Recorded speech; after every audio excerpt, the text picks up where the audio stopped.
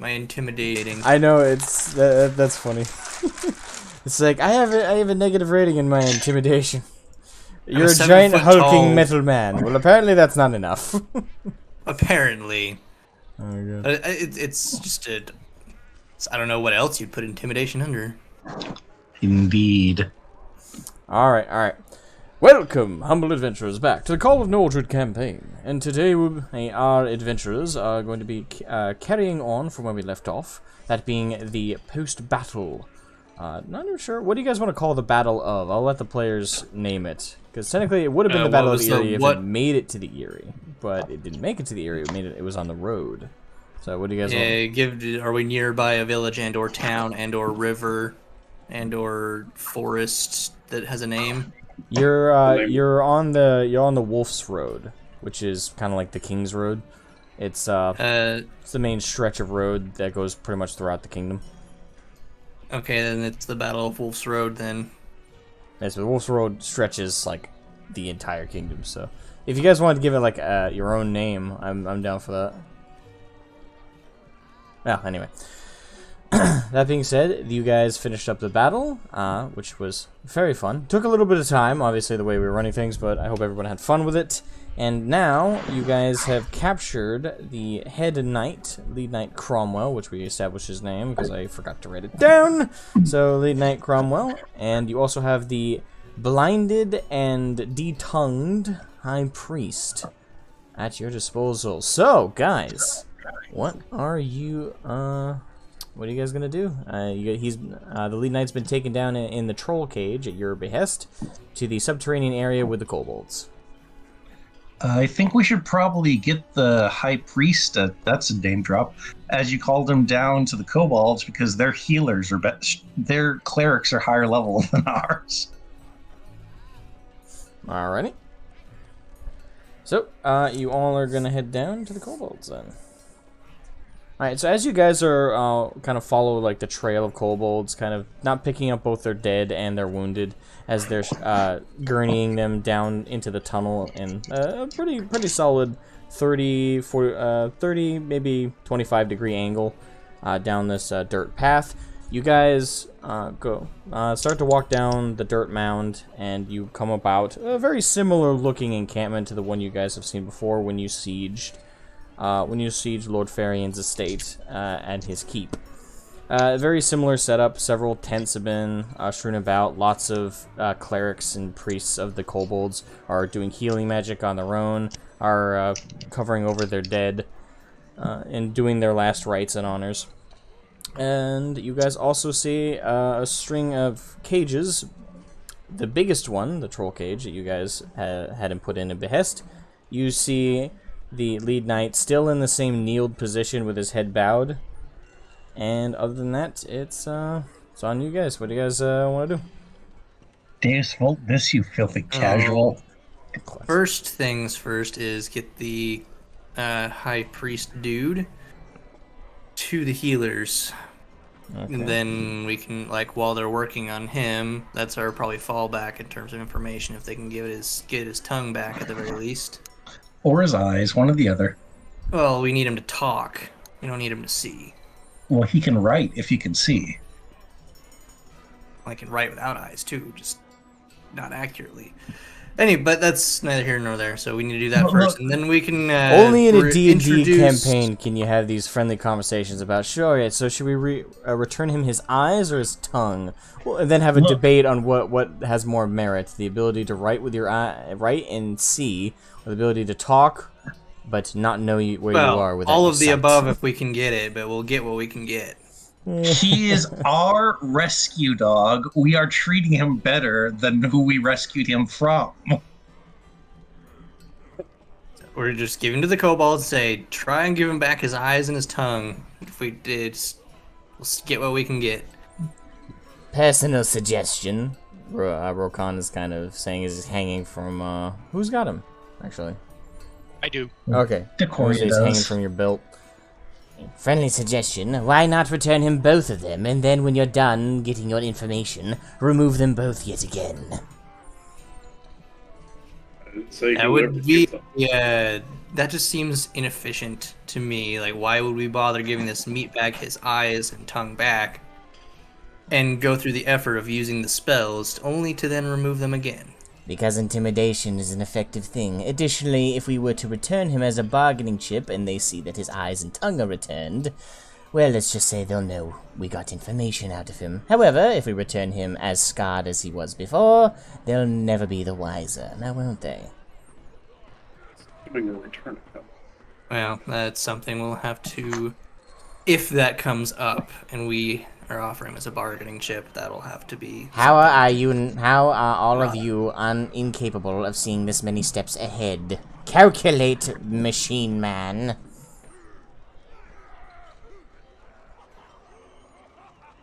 Well, As I you're said, also forgetting the possibility of simply recruiting him outright, and he'd be more effective with said eyes and tongue if we recruit him outright. Yeah, recruitment. Yeah. You're terrible with manpower. I always had the policy that if they did not follow me from the get-go, they were worthy of execution or example. Also, he's a necromancer, correct? But he would just bring them back to force them to follow his will. Additionally, yes. Like, it's not... That's a short-term solution that ends with you being ahead. Well, this Regardless, is due to it'd the be few more- living allies I allowed around me. A mistake I shall not repeat. But in because terms of you're not our going to have need, another chance. in terms of our needs right now, however, it's more important we get goodwill with the person we're trying to get information out of. So let's get him healed first. The rest we can figure out later. Alright. Alright, so we carry this poor wretched fellow to the nearest highest level clerics we can find. Alright. So you guys kind of slightly dragging this old man just... And a familiar female kobold, blue scales, and big blue eyes, starts to walk by and recognizes you guys. Huh. I see you guys are back. We're very difficult to kill. Yeah, So apparently. far, Do you have another friend you that need may patched not up? always be the case. She's as astute as ever. Yeah, it is my job. Is that I would priest not robes? call this one a friend. I see. An enemy, then. How much do I have to patch him up for you to bring him back to me just as battered? Hopefully this is the simple- last time. You first. The simple reacquaintance of a tongue in his mouth is more than all we require. Well, seems simple enough, assuming the damage isn't magical in nature. So she kind of waddles up and sets down a little stone clipboard. And she puts her one of her three core fingers plus her thumb on his chin to indicate she wants him to open his mouth properly. Looks like it was sliced off. All blessings be what they may, it was a swift cut. It does not appear magical. I'll be able to hear that. So, Might I make the suggestion that this man is a high priest and has the ability to perform devastating magics. If you have magical wards that could prevent him from doing so after the reapplication of his tongue, he may have the ability to cast again, so we might want to prevent that from happening. I do not, but one of the geomancers might. Before you begin, I would suggest having a geomancer close by to ensure that he does not try anything stupid. Aye. So she yells out in Draconic, so Landrin, you understand. Someone get me a geomancer, now! And maybe a couple what appear to be like nurses run off. And in about a minute, they come back around like a tunnel bend with several geomancers with those like black iron pickaxes, and they approach forward. The geomancer that is approaching is a yellow-scaled kobold with large auburn eyes.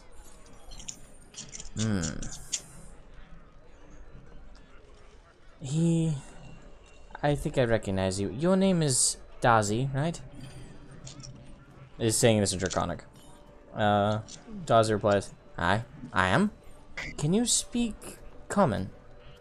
No. Right, so she switches to common and says, "My associate here cannot speak common, but I will instruct him on everything to do." You have our gratitude. My pleasure. So she so again, Landrin, you understanding? She tells Dazi to step forward and place a large anti-magic rune, just in a large circle formation. So he slams down the hammer side of his black iron pick, and the rune carves its way. It looks like an N with a line through it. And then a large circle appears around it, large enough for one person to stand in, a full-size person. Alright, we'll heal him, and then I'll put him in the field.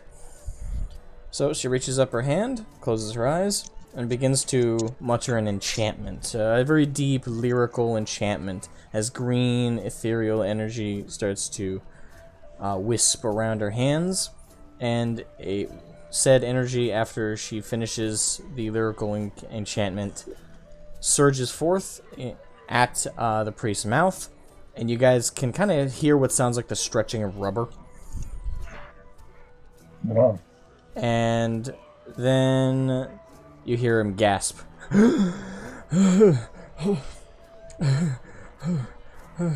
Alright, into the field with you. She drags him in. Well, he's in the field. As long as he stands in there, he can't enchant any magic. I feel like we have our order of operations a little out of whack. Landrin is going. Thank you so much. Landrin is going to walk up to the to our recently retongued captive, and he's just going to offer up his water skin. He's going to mage hand his water skin into the dude's hands. Here, take this. Drink slowly. It's water. Get reacquainted with just clean your mouth out with this. Alright, so as the mage hand enters the field to hand it to him, it drops off. Right. Landrin is going to manually give him his water skin. Alright, so you catch it, and you bring it up to him. And he can't see, so you see him like trying to feel around. Feel in the direction of my voice. A little bit higher, I'm holding it up. Okay. And you feel, and he grabs it, and yanks it away, and starts gulping desperately. Taste of my own blood in my mouth. Thank you. Oh yeah, I'm still not used to that whenever I get into altercations.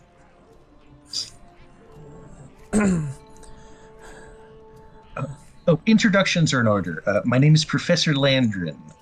Might I ask yours? I am a humble priest of the Holy Eden Church. Need I give my name? You're in high. I was under the impression you were a little bit higher up on the chain of things than that. Oh no!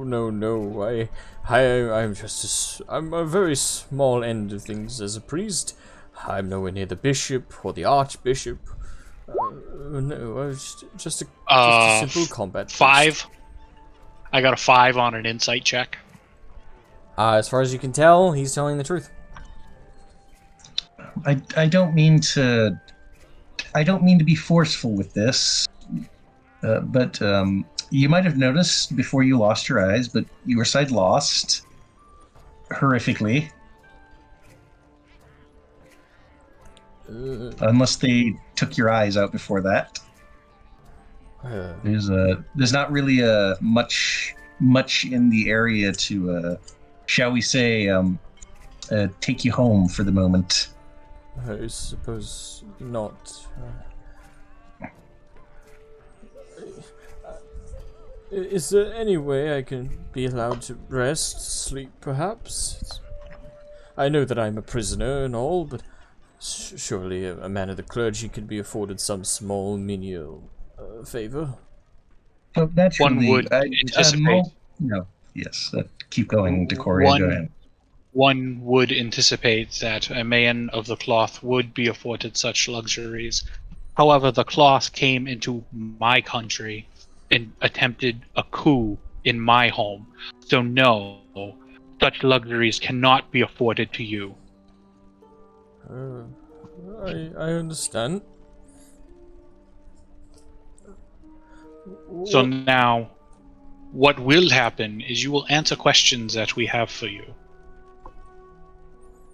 Very well. I will do so to the best of my ability. Hold on. My insight still hasn't loaded yet. I clicked it a bit ago. Oh, it finally loaded. 16. That's 17 on the freaking dice. Jesus. Alright. From what you can tell, he's telling the truth but weaving in a lie. He's saying he's just a humble priest, but he's saying he's nowhere near like the other ranks, but that's true. It's just in the opposite direction than what he wants us to think. So, I have a question for you. Did you see the demon on the battlefield? I saw several things I would call a demon, but if you're meaning the dark ethereal being, yes. That some of us have the ability to control them, such as myself.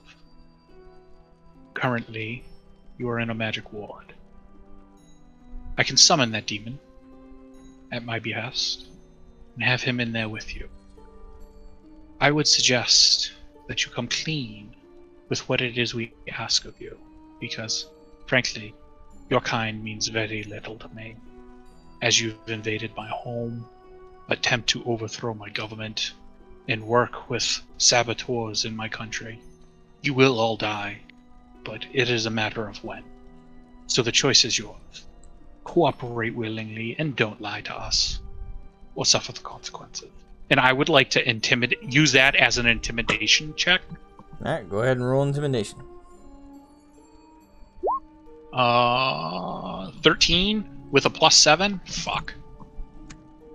Wait, that could have been so better. So a 20? Or is it 13 total? No. Yeah, it's okay. 13 total. Okay, right. Alright, it's 13, so yeah, that's fair enough. So, after hearing your description of being able to summon a demon and your pointed threat, you can tell he definitely took in the words, and he's trying to brace himself. I said I would answer your questions, and I will. I regret that we had to do what we have done, but it has all been for the greater good of our holy edict. Now, I'm from the government, and I'm here to help, are some of the most terrifying words in common. I would agree, very much so. So you say your edict, and you did this for the greater good. I can understand things being done for the greater good. However, when things are done for the greater good, that is usually outlined, and it is provided to the people so that they understand why things are happening. You have not provided such outlines. You came by boat, you came by land, you chose to invade my home, and you have done nothing to provide an example or a reason as to why. There is no reason for us to believe your words or your edicts, as we do not follow your religion. It is not your place to determine what is right and wrong in a country that is not yours. It is not my place, no. But the Holy Eden herself. It is her place. I merely follow her words. As do all of my faith. So how many followers of your faith are here in this country? I do not know the exact number. It is not my purview to know all the militaristic ins and outs of our movements. I merely know that we have a rough estimate of 20,000 or 25,000 at current present. Now, you did not answer the question that I was asking. However, that was a valuable piece of information. The question is, the people of this country, how many follow the same faith that you do? I do not know, I'm afraid. So, you come to a country under the banner of the greater good to defend people of your beliefs without understanding how many people actually share your beliefs. How is that of the greater good? It does not matter what man believes. It is only a matter of the Holy Edict herself. What she vows is what is to be done. Then help me understand the Holy Edict. What is your current edict? What has been given to you? What premonitions or words from your holy person have been provided to you that was a good idea to come to my country and land and decide to wage a war?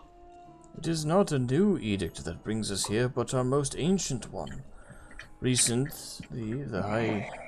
well, I don't know the exact ongoings, but the High Council of the Priests recently passed down that there were signs of a great demonic convergence onto the world, and that it was coming from this country.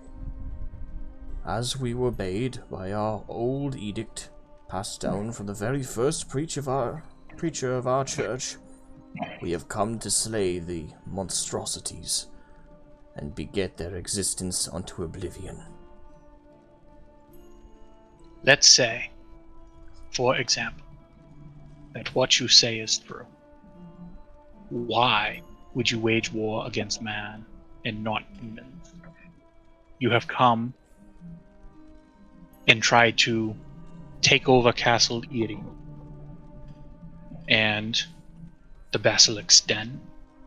There have been numerous locations that you have been that do not have demonic infestations. So I ask you again, why do you come here? That is why we are here. We are conquering this land so that we may, with better ease, eliminate and purge the demonic convergence. How do we know that there are no demons in these places? Demons do not always show up in the form of which you summon them. Some may possess others. Some may control others. We cannot trust any but those who hold the cloth of the Holy Edict. That is not true at all. There could be many of your own kind that are under, that have been swayed, that have been possessed, as you say. For right now, you could be speaking merely out of turn from a greater, or even more, a legend demon. And for you to sit here and try to argue that you would rather just come in with a swift hammer and destroy the citizens that have done nothing wrong to you, and use that as an edict to say, oh, we are doing the greater good by destroying all the demonic. It does not make sense. You cannot come into a country and expect the people not to resist if you are unwilling to compromise on your stance. All you do is come in attempting to swing a hammer. That is not how things are settled here in this country. That may not be how things are settled here, but it is how things are settled by those who bear the white tabard. We do not have time to dawdle on language and conversation, especially where demons are concerned. Then But I you do regret have the to need for inform you. arms. What? Yes, Sorry, two people spoke at once. they do have the need. They do have the need for arms. However, the White Tabards shall not remain, nor will they stay alive to potentially fight this uprising of a demon if you so say it is true.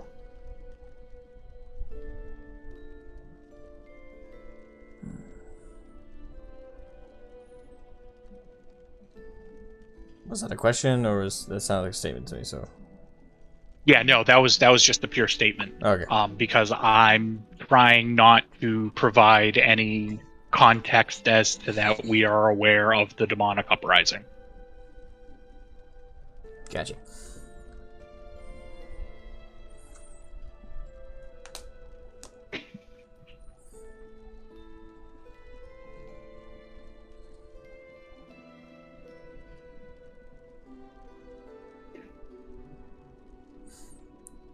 So, the priest just kind of stands there with his hands together, kind of in like a praying stance. But, he is silent at the moment.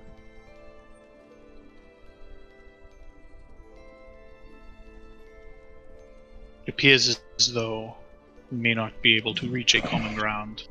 However, if you gentlemen feel you have a better chance, have at it.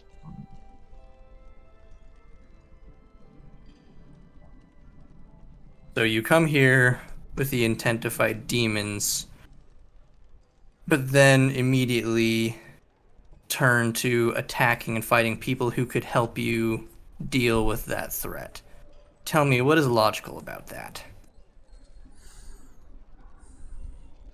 When it comes to our decision to have attacked, it was not without further inquiring that we may come here peacefully. As I understand it, one of our emissaries came months ago, and a year before that, and a year before that. We have been planning this invasion, as you call it. Honestly, it's a crusade. For 3 years. Our first intent was to come here, be allowed through the gates, and begin our search. However, after we provided what we would be doing exactly, your acting king at the time refuted us, told us we were not to come here. We believed this was a rash decision, so we tried again, and were denied again. And with the recent political upheaval of his death, we sent one more emissary. As I understand it, he was turned away at the gate. We could not be ignored again. The signs of convergence are stronger than they have ever been. For all we know, the very tips of this nation have been possessed by demon influence. We do not know. We could not risk informing our enemy of our exact plans. We could not risk working with the enemy to help them, to inform them of our movements. Thus we began our crusade. Thus we began our holy edict, as we are bid by our God. You may call it illogical, but allow me to ask you this. Is it logical to bear your lines, to bolster your forces with that of your enemy? Is it wise to seek your enemy's counsel when fighting them? Is it wise to do any of that?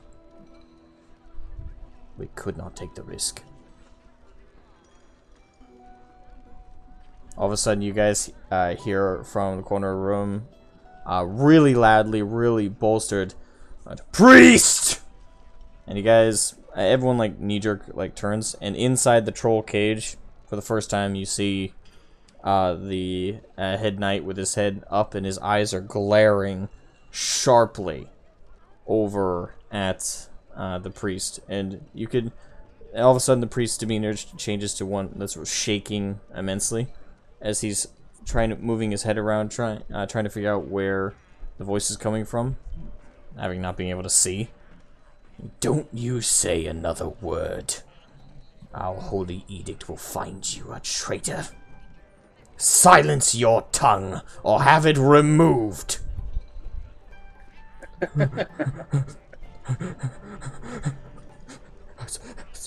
Soul Eden, please protect me. Please protect your servant in these holy lights. Please protect these holy servant in these holy lights. Please provide light in the darkness. Please provide light in the darkness. Understand your fear, and for the sake of conversation, I shall remove his tongue, and you will have nothing left to fear, as you will not be able to hear him.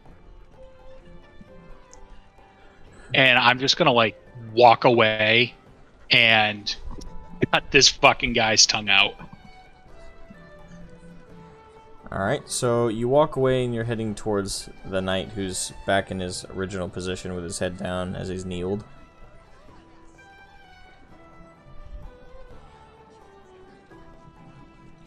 I mean, we gave you the chance to, cooperate with us, but you didn't so well. Not at any kind of degree of damage.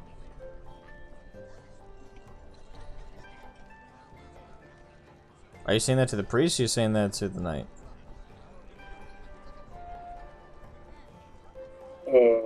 I assume we're cutting the priest tongue out, right? The knight. Oh, the knight. Oh, wait. So unless you walked over with the courier, you're still with the priest. Oh, never mind. Okay. Never mind. Yeah, I was confused for a second. So, before I do anything, I cast Hold Person on the knight before I open up the cage. Alright, what's the exact description of that spell?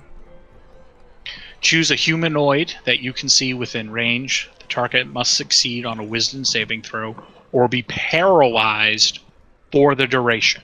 Okay, wisdom saving. And he would have to have a wisdom saving throw of 15. Only comes out to 12. If not, the so- spell fizzles out. Oh, so he is paralyzed. Sweet. So he can have no resistance as to what it is I'm going to do to him now. Alright. And I open up the cell door and I cut his tongue out. Alright. He has no reaction. I mean, he's paralyzed, so he can't. I grab his tongue. I walk back to the priest, and I grab the priest's hand and put his tongue in the priest's hand and say, "Now, he is silent. I would be remiss if I did not remind you that you should not be as silent. So, as my friend was asking me questions, I believe you should continue to answer them. And I would like to make another intimidation check on this. Do that with advantage, and the priest immediately drops the tongue and is now shaking even more violently.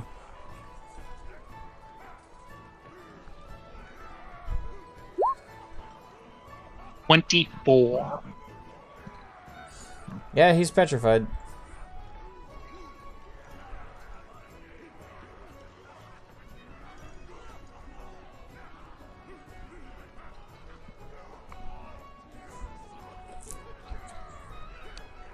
So, Bal, I believe you were asking this fine priest here some questions. Would you like to continue?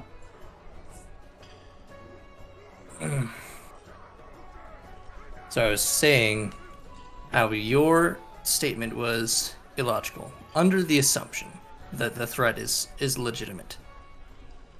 How do you justify attacking potential allies, even if you don't know who is friend and who is foe, just indiscriminately attacking, bleeding your own force dry in the process, prior to dealing with a very dangerous threat? It's not indiscriminate. We have chosen our targets for tactical advantage over the demons. It has all been carefully calculated. I do not know the exact reasoning. I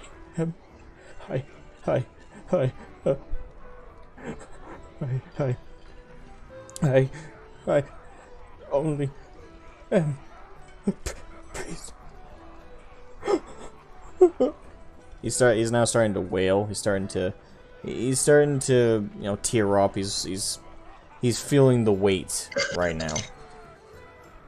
And I will turn tear up. in a It's starting to trickle a mixture of blood and water from his eye sockets.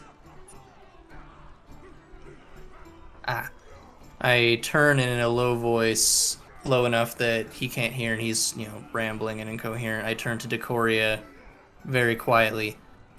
This one does not seem to be an exceptional malefactor in a tactical sense, and he does have some information. Should we inform him of the real demonic threat and those that are allied against it, we may be able to get him on our side and give us more information that way.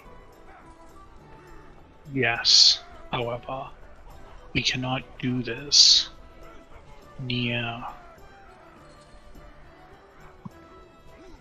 Cromwell. We must take him... Yeah, Cromwell. We must take him to see Lord Fadlian and or Lady Aura. I believe if we have an opportunity that if we communicate with them, with the priest, and provide some level of information, we might have more of a promising lead.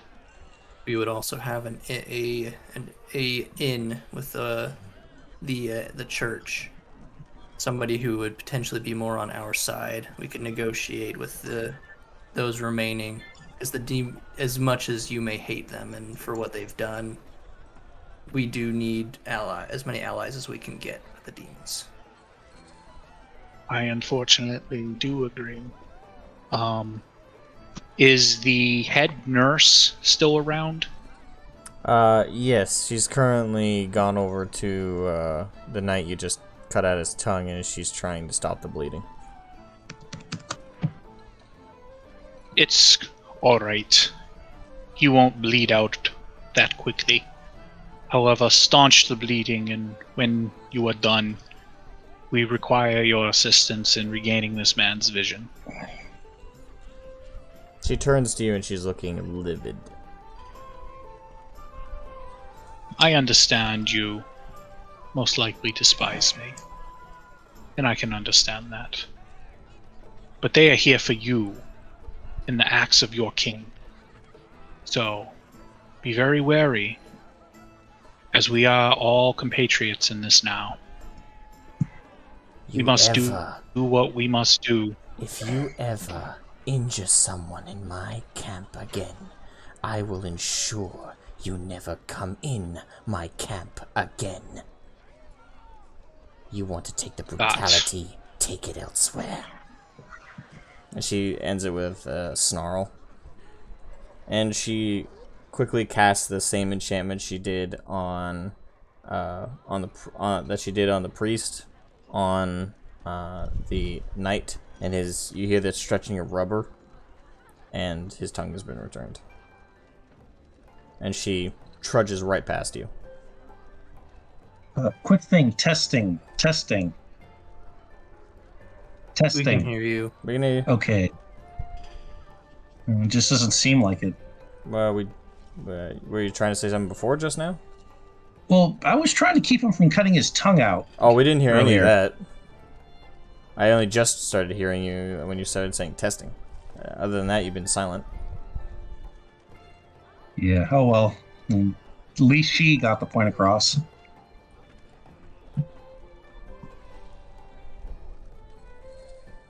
Oh, boy. I understand your concern. However, this is not your home. I don't This is think my she wants to hear it. She's not listening to you. I'm talking to Landrin, because I could see it in his face. Okay. This may not be your home, but this is my home. This is where I hail from. And your where brother. I hail from, no, Decoria. But your brother is the reason why we are in this situation. Where I hail from, we have been at war with these dogs for centuries, and even we do not stoop that low. Especially not that is after your a few choice. months of them. That is your choice. And if you've been at war with them for this long, it may be because you don't stoop to the levels that I am willing to, and I walk away. Alright. I wish I had my popcorn. Damn, this is good RP.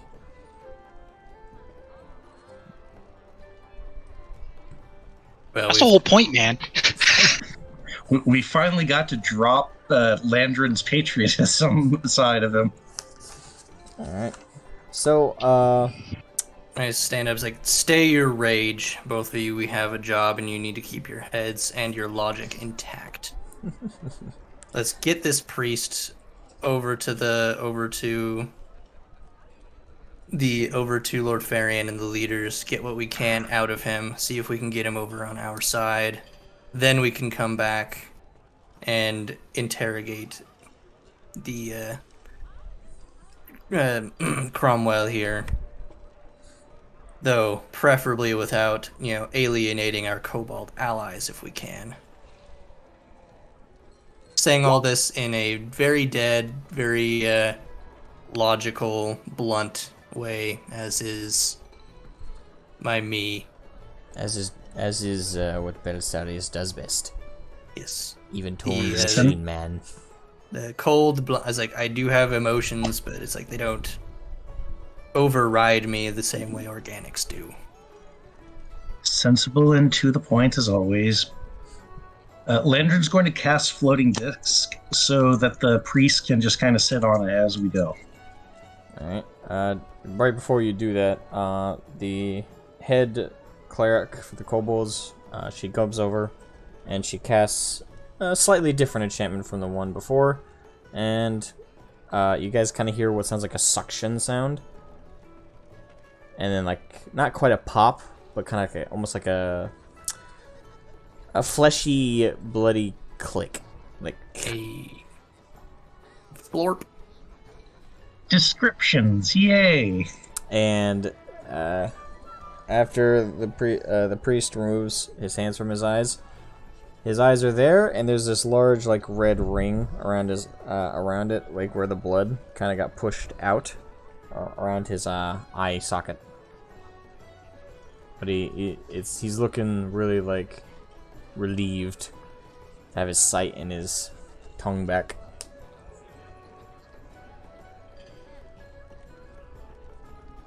Nope, let's not dally here any longer. Where are you taking me?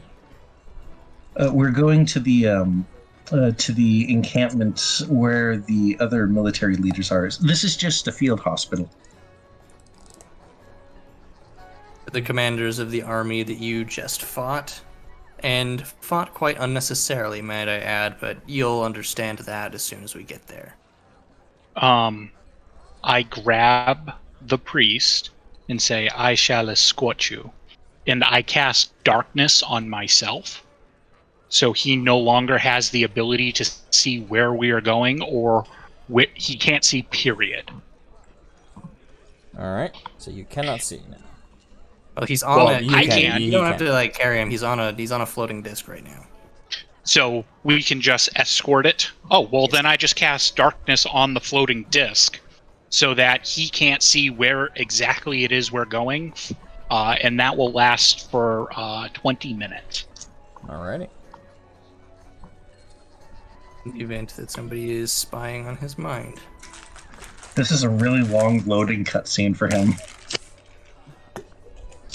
It's the Skyrim cutscene, so it's just some random Dragon priest show up in the end. Alright. So you guys, so you're escorting him back up top to see Lady Aura and Lord Farian, correct? Yes. That is correct. Yes. And Draco. Alright, so you guys make your way back up top, and What the fuck did I do with tape? Oh, there it is. I'm talking to myself. I apologize. that's okay. You guys make it back up top, and there's a lot of shifting through the bodies. A lot of the kobolds are searching the enemy dead. Lady Aura's forces are all kind of formulating a small barricade around the place, with just quickly chopping up wood, basically creating on the road right there an encampment. While a lot of people are moving around, removing bodies from the battlefield, both friendly and enemy. And where there's currently what looks like to be intended to be like a war camp tent being set up, there's a small table just out in the open with a couple chairs around it. And standing on one of them is Draco, while everyone else is just standing normally, looking over a bunch of papers and on top of a map, which looks to be, as you guys approach, looks to be of the road.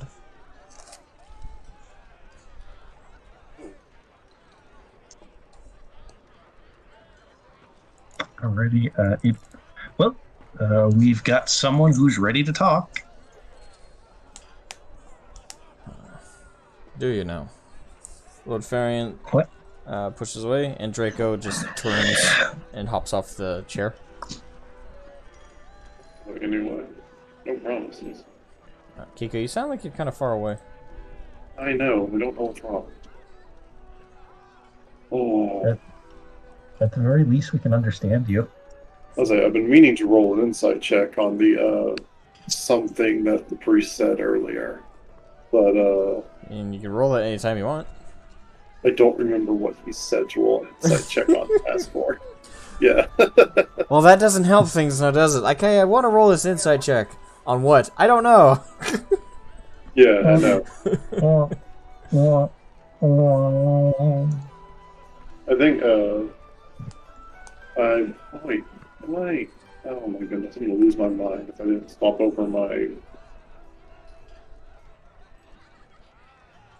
I'm about to lose my mind. I'm about to lose my soul.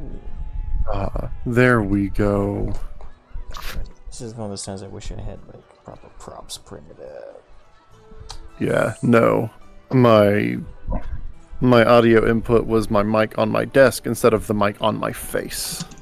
Well, that would definitely cause that distance feeling. Yeah. So I'm sitting here trying to talk through my headset this entire time and not realizing that my desk is what's picking up my sound. That explains the confusion. Alright, so you guys have approached, and Lord Farian and Draco are now facing you. Lady Aura came around the other side of the table, and they're all just right there. They see the giant black shroud. Or large black shroud.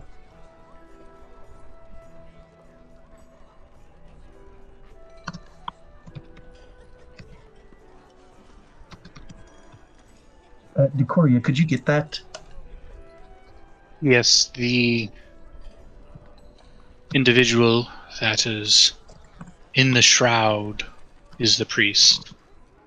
We have taken some measures that all may not agree with, and I would like to ask King Draco, on my behalf, I would like for you to present an apology to your head nurse, as I had acted in a moment of passion that she did not appreciate.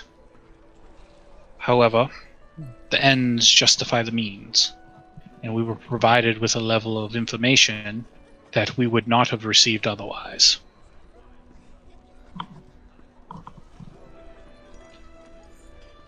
Draco looks slightly confused, not sure what you would have done to upset her, but nods.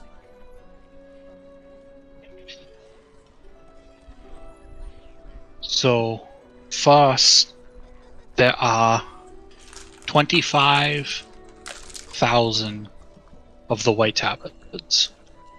They are not all here. Estimates. Yes. Thank you, Landron. Those are battle estimates, as Professor Landron has said. So those numbers could be a little more, could be a little less. However, I think that's a good number to start with. At least that's how many that are in the country right now, minus how many we managed to kill in the battle. Or We only faced 10,000 here. So that begs the question, where are the other 15,000? Yeah, there's certainly not anywhere around the Eyrie. My scouts have been checking more than just the Wolf Road. I would suspect probably the port is where the most of them are, and the few that are holding the capital. That's more than If likely. I am not mistaken, Kiko had some knowledge of ships and potential numbers and or people that were on those ships. I just knew there were ships. My plan was to just go and firebomb them or something. I have no idea how many there are. It's just an invading fleet.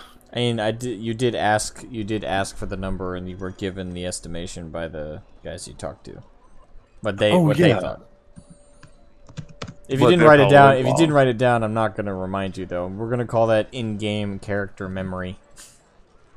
Either If you way, they were forgot. probably wrong with the amount of ships there were anyway. Quite there were- possibly, they told you what they believed. Yeah, there were a lot.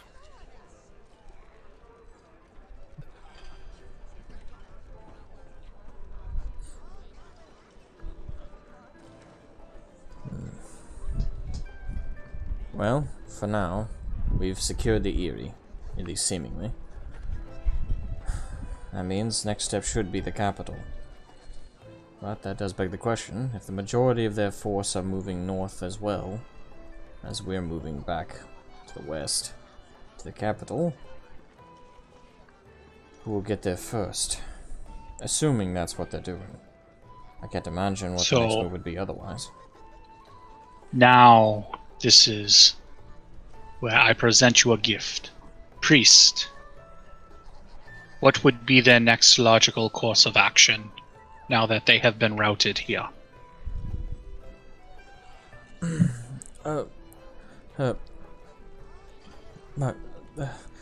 You tell he's like trying to collect his words. My best estimation is that Archbishop Luelel will more than likely choose an offensive strategy. She's a rather aggressive type, I must say. More than likely, I would estimate that they will go to take the capital.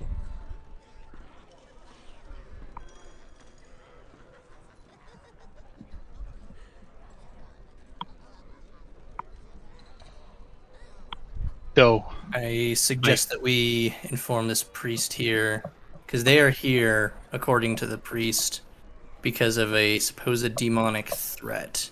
Would those of you here, aside from us, care to elaborate the fact that we are on the same side against that threat? I'm not sure I understand the question. Okay, I'm basically asking him I told him what he told us, that they're here because of the threat of demons, and I'm just asking Draco and the other leaders to basically give their information to the priest to convince him that they are also enemies of the demons and not in league with the demons. Okay. So with that understanding, all the present lords look at each other and they all nod. It is a common enemy. I don't believe any of us sees an advantage to demons running about.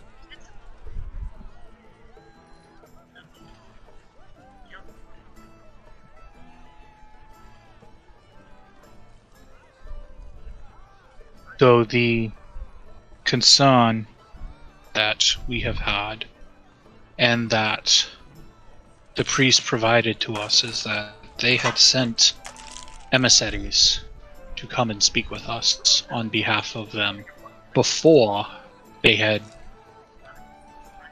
started their conquest.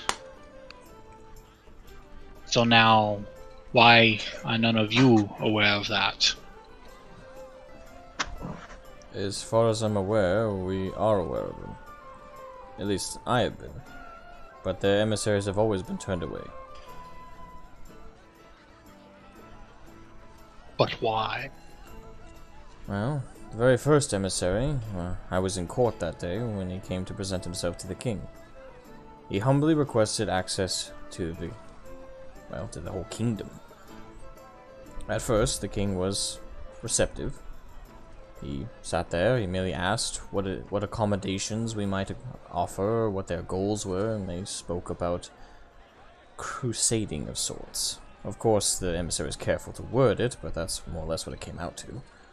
They were coming here to ascertain a threat that they deemed to all the realms, so to their god. But then when we got to the topic of said accommodations for them, they demanded, more or less, that we give them full credence to search people's homes, allow them to enter wherever they please, interrogate who they wished, even provide them garrison locations to where they could more or less take entire camps of people, gather them up, and ascertain them to be a threat of some kind. They never explained what this threat they were hunting was.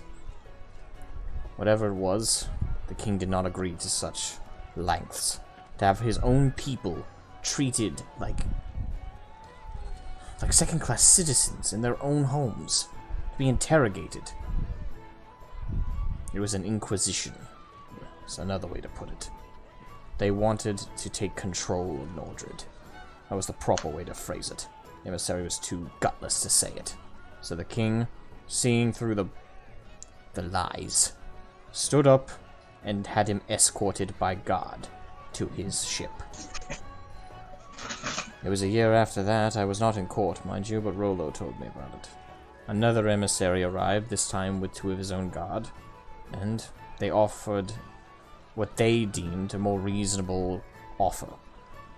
They more or less took off the garrison offer, saying that they simply wanted to be allowed to interrogate who they wish, and if they were deemed a threat, deal with them. Again, not clarifying, despite asked directly what that meant. Execution? Torture? What the hell does any of that mean? Whatever the case, he was denied yet again. And then, us, the council, we were approached by a third emissary, this time a woman. I don't remember her name. She came to the Council of Geist, pretended to care that we lost our king, and then posed yet again that they wanted to come and more or less take over Nordred. This time they were blatant. She said it was a crusade. They were coming to eliminate the evil threat, and that their religion deemed that we were a risk to all the realms if we did not cooperate. This time, she didn't only want a garrison, she didn't only want to be able to enter people's homes, interrogate them at knife point. She wanted all of us to step down, to allow the Holy Church of the Great Eden to take control of Nordred proper, to take care of governing. She even phrased it as if lifting a weight off our shoulders. They wanted to dominate us. So, with no uncertain terms, she was told to leave, or there would be conflict. She seemed happy at the idea. I suppose this is the aftermath of that being the end of things. So, if you look down on me or the king for refuting their emissaries after all that, then perhaps the council is not welcome to you after all, Decoria. I do not. I would have made the same decision.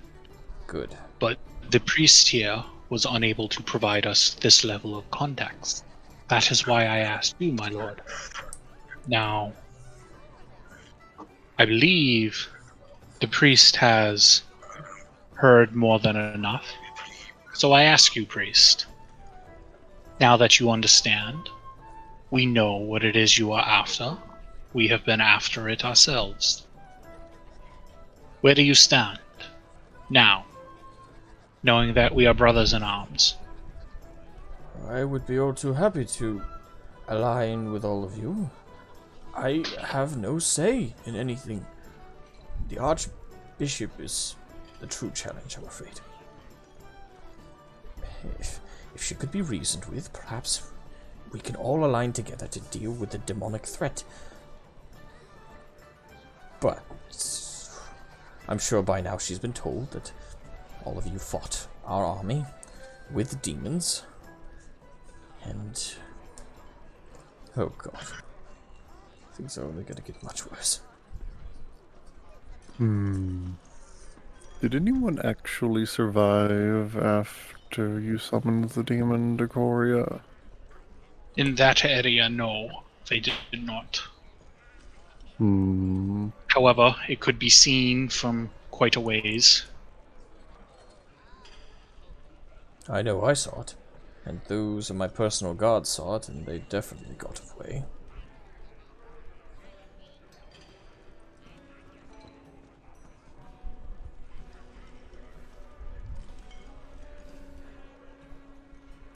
So, what I need you to understand, this point is irrelevant, but the demon that I summon is not actually a demon. It appears to be human, but it is not. It is merely a rare orc, or half-orc, depending on who you ask. They are bloodthirsty ravagers, but they are not demons. They occur naturally in this land. However, if you wish to meet demons and to properly understand them, we can facilitate that.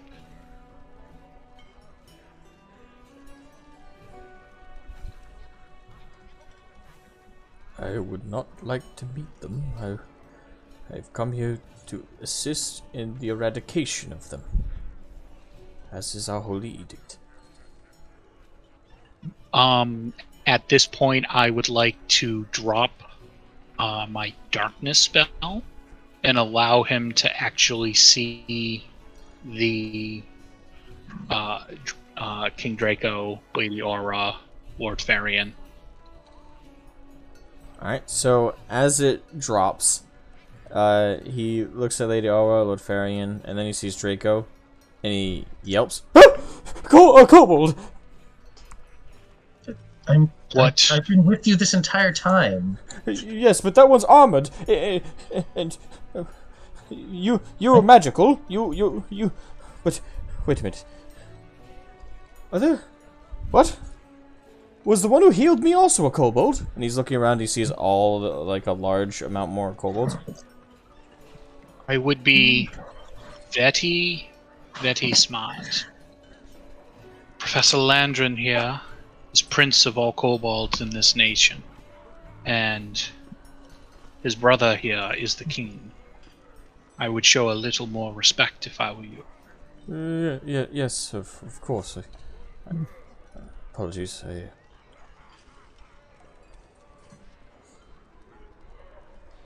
Draco kind of steps forward. Weren't you in the battlefield? Didn't you see us fighting? Oh, well, I did indeed see that we were under siege, but I'm afraid I did not see who was attacking us in the center of our lines. I did not realize it was kobolds, and by the time I retreated, well, my eyes and tongue. Apologies. Again, good king.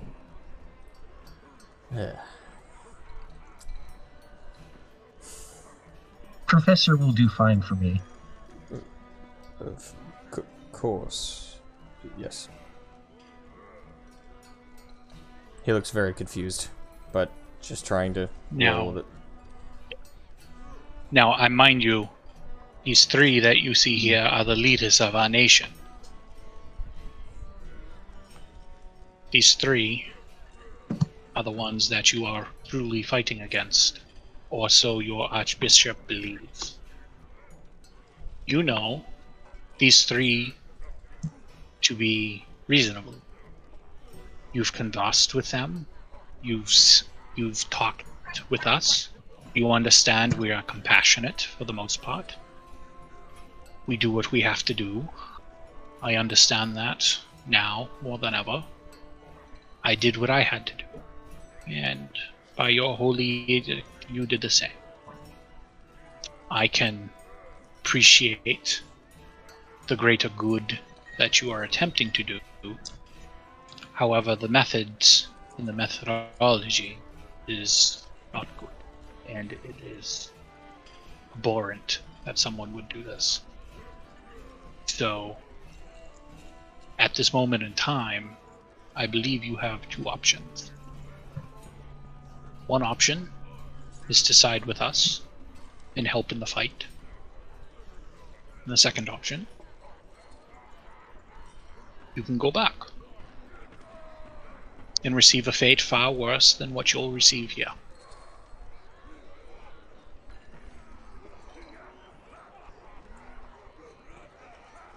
I cannot betray my faith, but I can help facilitate peace, perhaps. I may have enough sway to at least assure a common ground meeting, perchance. I don't know if it'll be... I expected that you appear to be a man of intelligence, and I expected that you would see reason. We are not asking you to betray your faith. We understand that the demonic blight is required to be stopped. However, taking a hammer and smashing a house made of glass to rebuild is not intelligent, when you could just take out each pane individually. That is what you've done. You've come to our country with a hammer. And that's not smart. That's not smart at all. So, now that you've seen our leaders for who they truly are, as compassionate, reasonable, willing to work together, I hope that perhaps you could take that back to your Archbishop. I very well can. I then would like to turn and face King Draco, Lord Farian, and Lord Aura and say, do you agree with this presentation?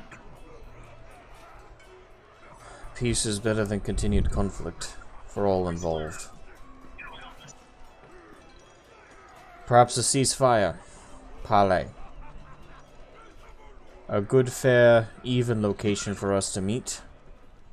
Right here on the Wolf's Road. It's a lightly enforced encampment. Forced on all sides. We'll even disbard the encampment itself. Create a single meeting position. The Archbishop will want to be allowed an escort. How many guards do you think she would want? 50. At least. 50. It's not exactly a guard, it's more of a small garrison. She will want 50. Tell her she gets 25. And I'll have 2 guards. So my compatriots here. How many will be in attendance? Myself, Lord Decoria, King Draco, and Lady Aura. I will not be in the meeting. The Eyrie needs defense. I will be there. I trust you'll take the notes necessary, Lord Farian.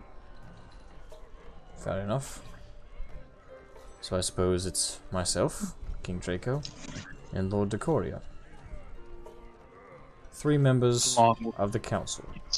That should be fair. Very well. I will tell her. Good. Someone get this man a horse. And several of the purple tunicked Lord Farian's men run out, and within a few minutes they come back with a horse with a fairly light saddle. Now, get out. Of course. And both the men help the portly man up, and he rides out of camp.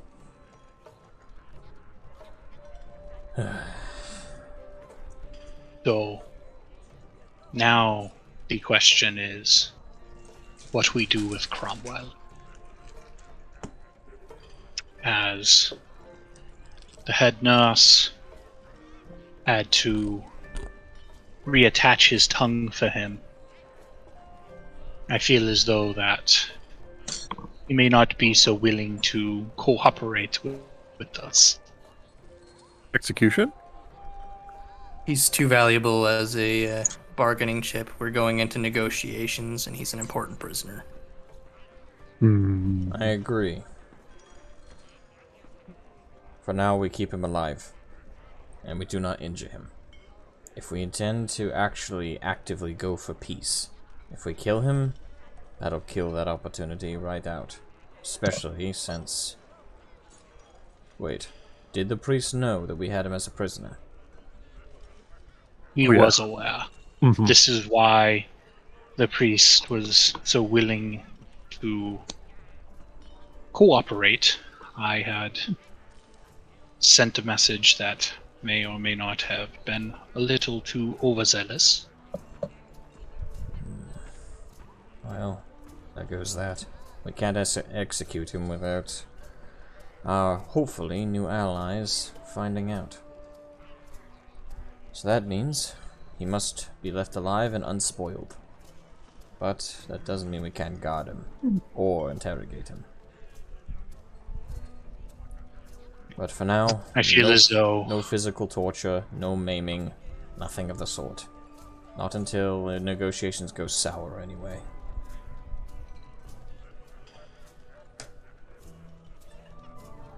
We can hope that they don't.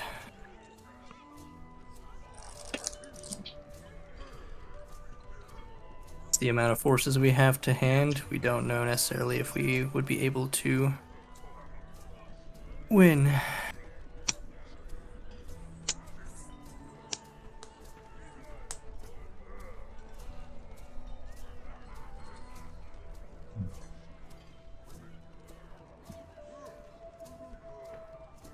Very well. Lord Varian goes around the table, pulls out a chair, and sits down very heavily, and puts his elbows on the table and puts his face in his hands, and he's rubbing his face tentatively. I think we've all earned a long rest. Indeed. It could be several days before we hear from their emissary. I recommend we all get rest here in camp. That's an understatement. Camp, and then wait for their emissary, or begin moving towards the capital as we wait. For now, any action to move towards the capital will be considered an act of aggression. What's happening in the capital, both parties I hope will understand, is not exactly fully in our control. The Lady Lionel and the forces she's fighting against. Right now, that's a fight in limbo, unless we can communicate with her to cease fire. Which, as far as the enemy is aware, we do not have that kind of communication ability, and I do not intend to ask her to stop fighting and aiding the resistance. For now, we let that situation lie, and hope our enemy doesn't know that we can order such a surrender. From where we are now, anyway. I trust her and the resistance to hold out until the negotiation's over with.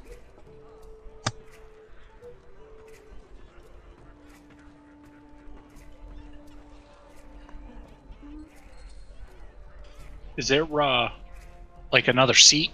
But yeah, there's 4 chairs around the table. It's just out in the middle of nowhere. It's not in a tent Yeah. or anything.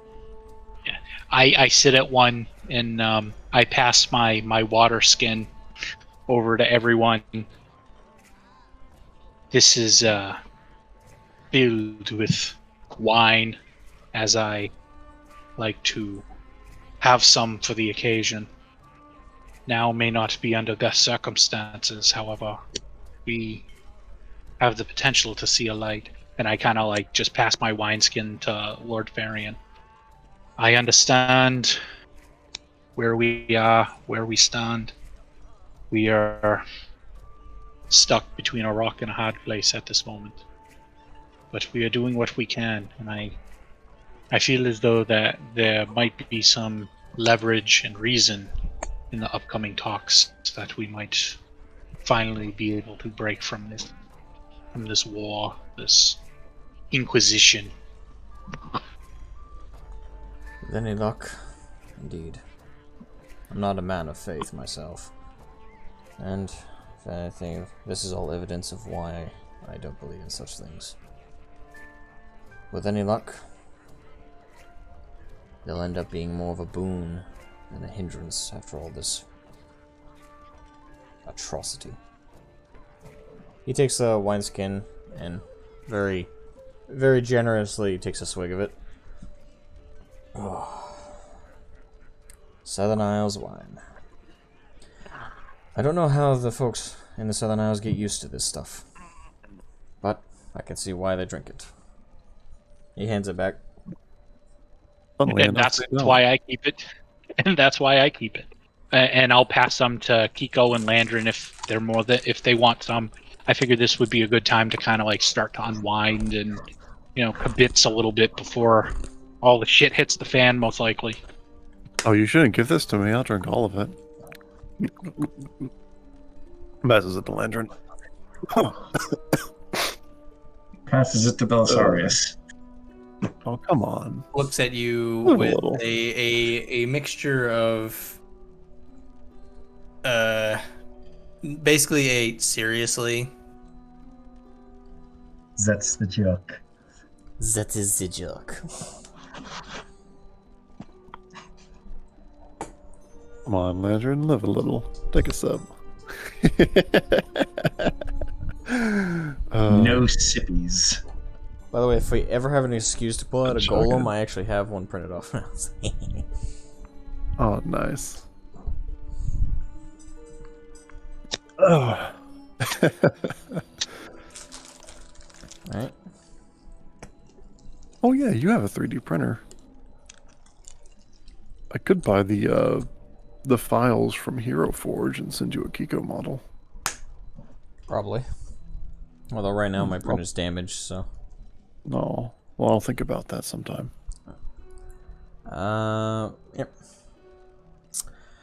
So, as Belisarius, you're holding the wines, sorry, Oh, I haven't actually Water taken skin. it. I've just sat, Landrin's holding it there, Oh, and I okay. just sit there and just stare at him for a ever solid minute. Never the case. All of a sudden, it's taken out of whoever's holding it right now, whose hands, and Lady Aura takes a generous swig herself. Well, it's good to see the stress is leaving the room, or I suppose the field. My men have almost finished up cleaning up our own dead, as well as the enemies. We've piled them up as kindly as we can to the enemy's dead. For now, my forces are going to be withdrawing back to the Eyrie. Not all of them, just the core of my force. We do need to continue to hold it after all, and if negotiations are to hold, we can't show ourselves as being vulnerable. I agree. Thanks for your aid. Have a question with that statement. As a sign of good faith, could we allow Cromwell to provide last rites for his dead? I do not see a problem with that. Neither do I, as long as he's watched. Probably guarded. I believe this might be something, at the very least, in our favor.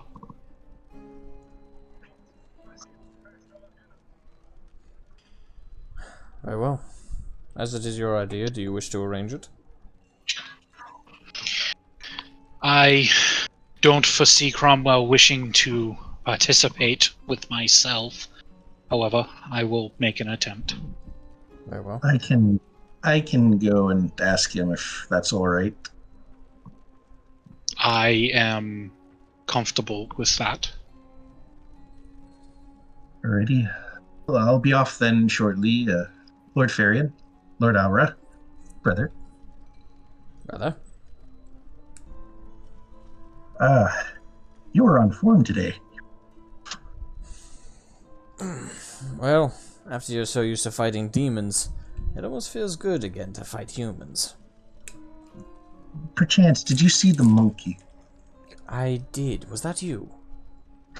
Landrin just starts giggling. Yes, I was large. Draco lets out a Huge, bellowing man. laugh. You had more in common with the two legs here than you realize, although only slightly as hairy.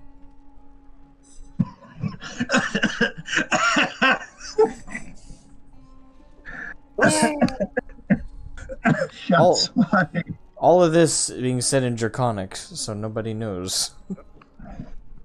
Oh, that's a shame.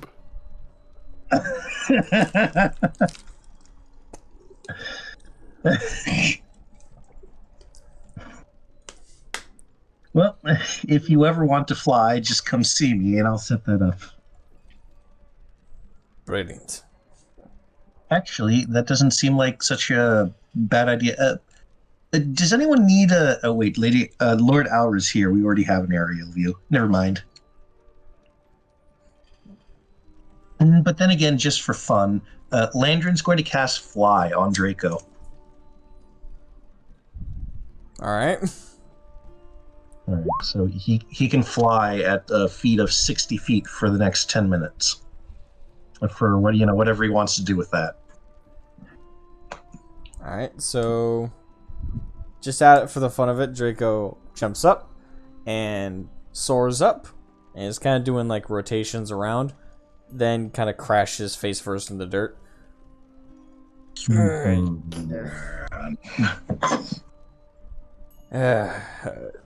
Perhaps I'll leave the flying to the ones with wings.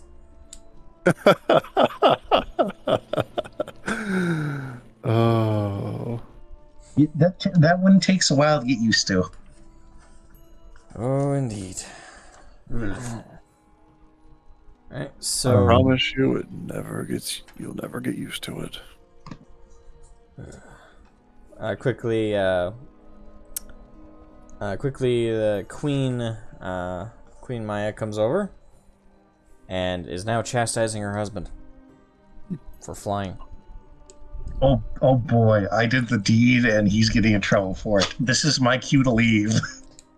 Oh, this is your cue to stand up for your brother. This Go is do my that. cue. This is my cue to run away. She's No, you're she's not allowed. scary. You're not allowed. Help, Kiko's conducting me. Kiko's gonna push you back towards them. You're fixing this. You caused this. You fix this. Help, Kiko's abducting me. Nope. You're with me. Ugh. He's gonna push you back towards them. You apologize. This is your fault. Under threat of sisterly disapproval, Landrin is going to go bail out Draco and explain that this is all his fault. Alright. As you do so, now Maya's chastising you. You shouldn't be casting magic all willy-nilly. You don't see me teleporting everyone around here, there, and everywhere. All this in Draconic, so it's just everyone else just hears rapid, like, hissing and chortling and growling. Landrin's just going to take it. Alright, so about Come on, Lantern. about- Stand up for yourself. 10 to 15 minutes of that, and she, tires herself out and just laughs to herself and hugs both her boys. I'll hug back. See, Lantern, it wasn't that bad. That's 10 to 15 minutes of getting chastised. Not that bad at all. Take victories we can.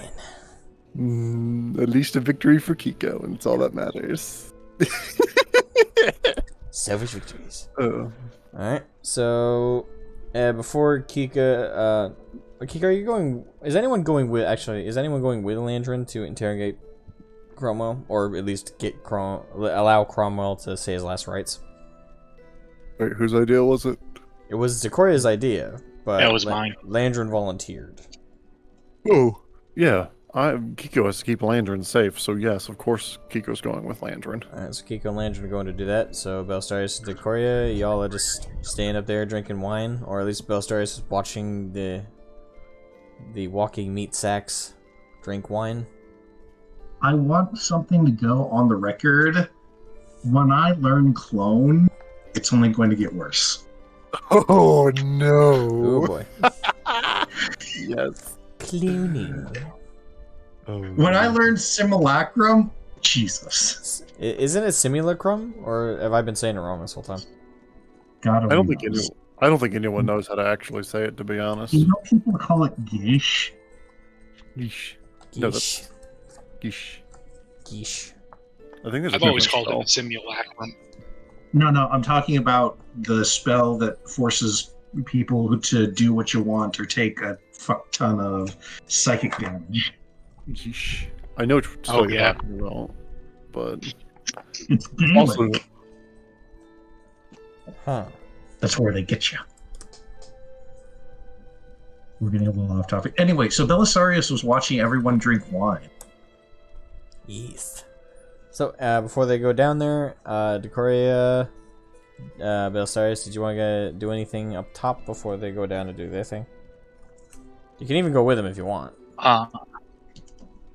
I was going to have a conversation with Belistarius. Alright. Shoot. So, I've been meaning to get around to this. As we have been adventuring for quite some time now, we have determined that between Rokar here and my bangle, some of you have experienced some of the waking visions that have been provided to me. I was curious if the ancient magics that have been provided to me through lineage and preservation of mind, body, and soul, is this something that you have encountered or has created you by chance?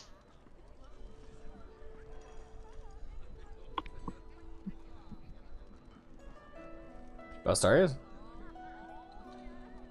Oh, sorry. I realized my mic was off. I just turned it back on. So, from what I understand, like I am actually rather unique as a Warforged in that I am in possession of an actual soul and not a simulation, or at least a as close as anyone can get to making one artificially. But as per arcane knowledge, are you asking if I have seen, like, from the visions that you've seen and from what we've seen, and or are you asking if I have seen anything myself? It is just a mere thought, because my bangle is imbued with the souls of my ancestors, and you are a machination that has been imbued with a soul. So the magic seems very similar. I was just curious if that is the case, because I had never encountered magic like that before, and you are a very interesting individual. And I was just curious if there was any similarities or if it's something different. I've made similar observations, though like I've only ever been able to speculate and had no proof that my existence may be a actual soul that was placed inside this body, though I only know that from what little I have a journal on me from my earliest memories and from my earliest time, and when I've been able to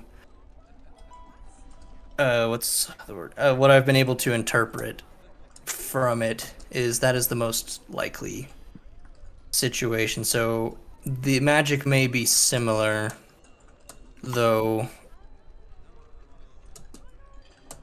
it seems to be that yours is more related to, how would I say it, life forces and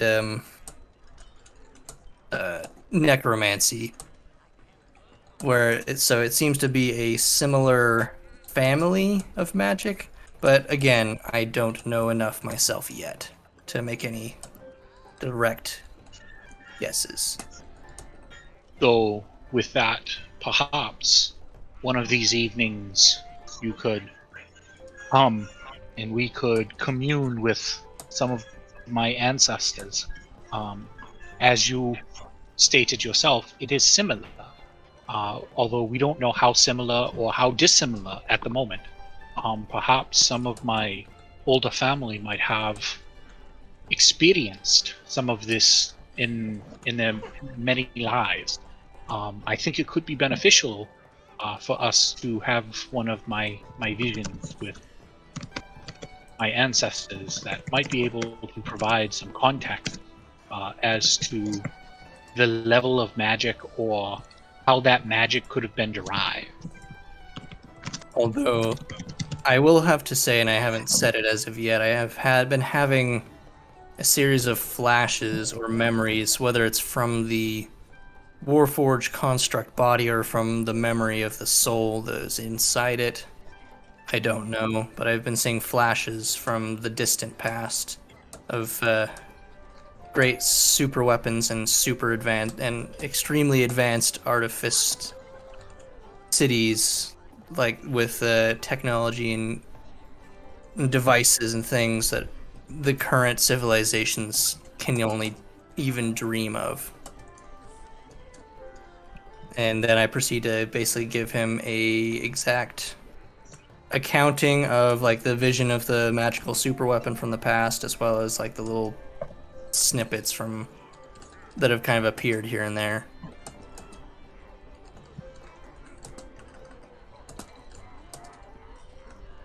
That is very interesting. I think between Rokar and Decor, someone may actually know something, as they lived thousands of years ago. It may fall into the same period of time that you are having these visions to. And as to having visions, well, I can speak to those wholeheartedly. They are not always enjoyable. However, there is always something to learn from them. And I then basically pull out, because I remember like when I had the vision of the super weapon, like during that time sleeping, I actually sketched it.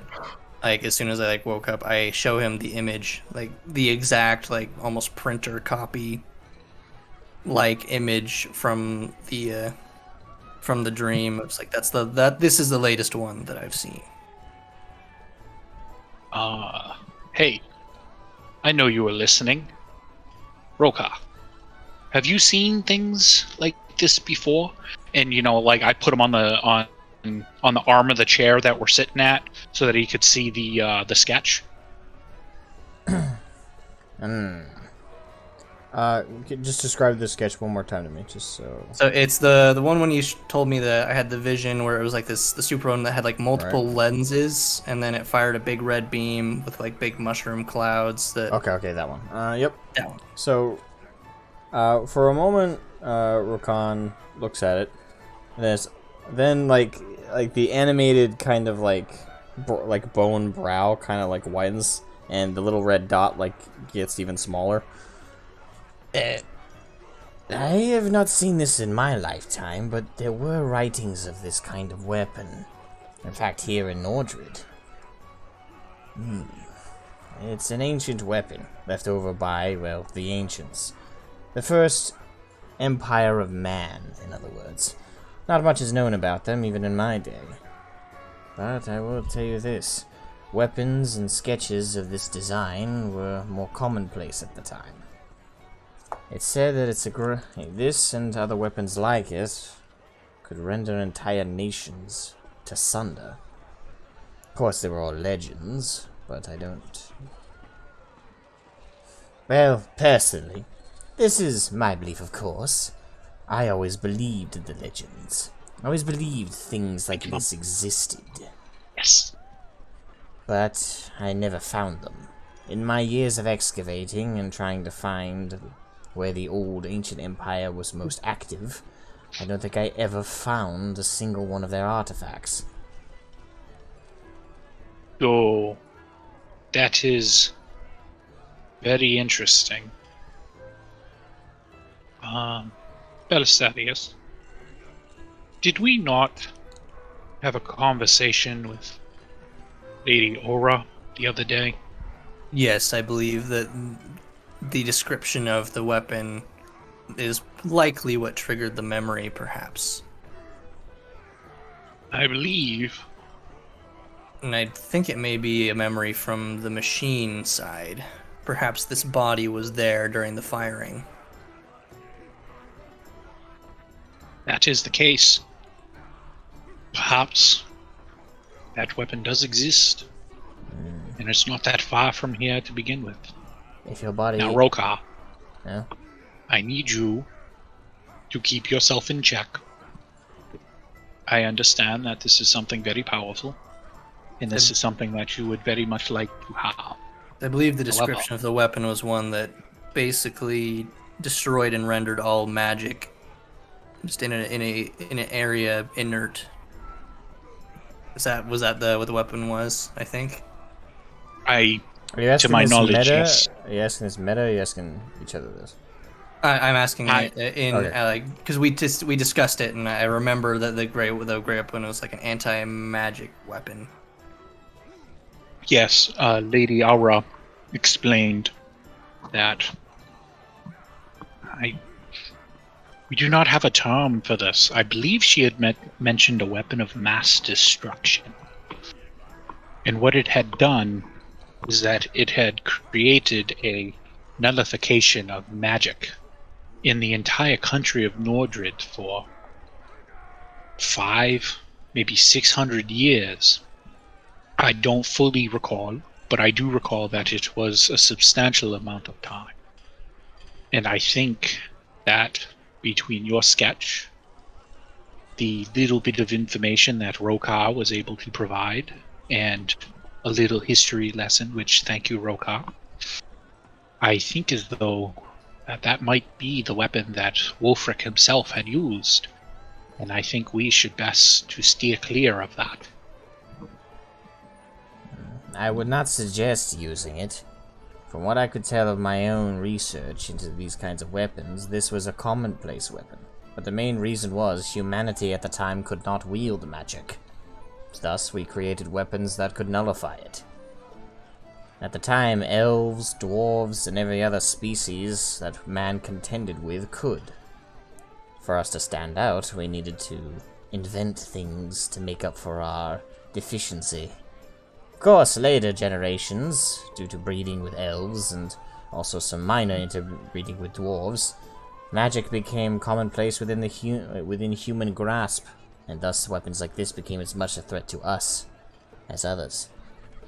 Probably why the ancient empire eventually fell, but there's other speculations to why as well. Perhaps they're all correct, perhaps none of them are. But that part is 100% true, due to my own research. So, how is it possible that our ancestors that could not wield magic developed abilities to nullify magic?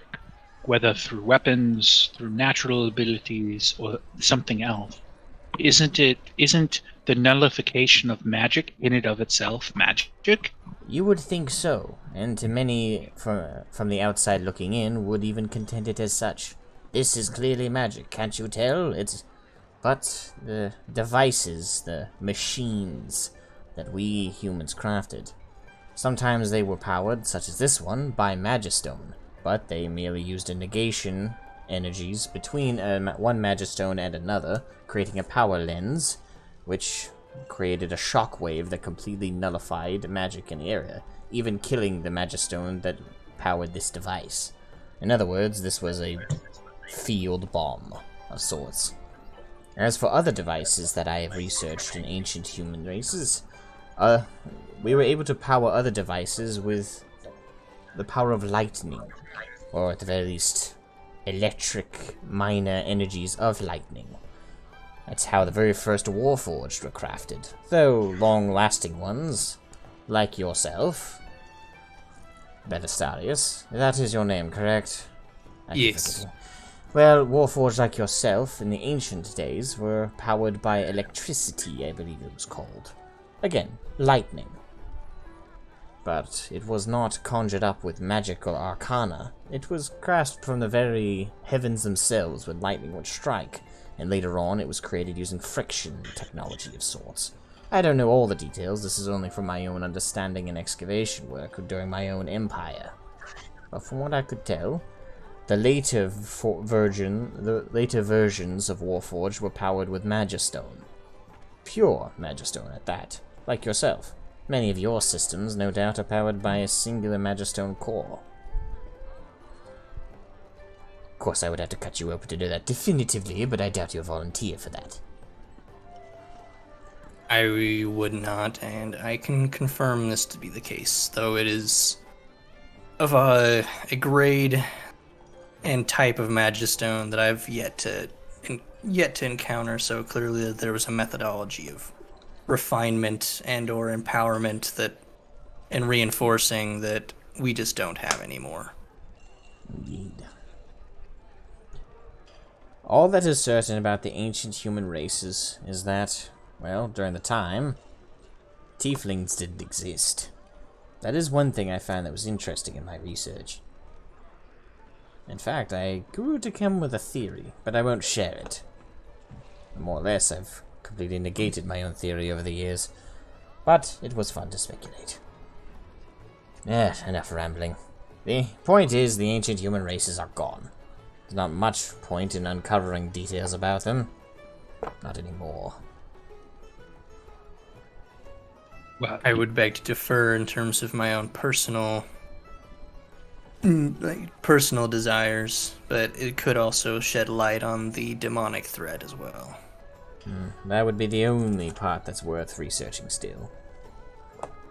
Though, I think, I do have in my possession a journal from someone, and I speculate that it may be the origin of the soul that now inhabits my body. That is me. Or it may have been someone else. From the little I've been able to uncover, he was on the verge of a substantial breakthrough in this particular field of study, though I've only scratched maybe 10% of it. The rest is written in code that no one's been able to decipher yet.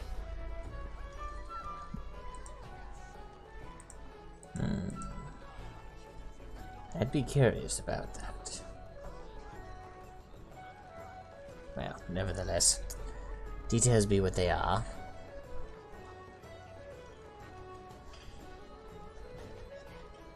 Yes. Well, As it comes, we won't be able to know for sure until later find some means of interpreting the code, which seems to be a very specific personal code to whoever wrote it. Some sort of arcane magic involved as well.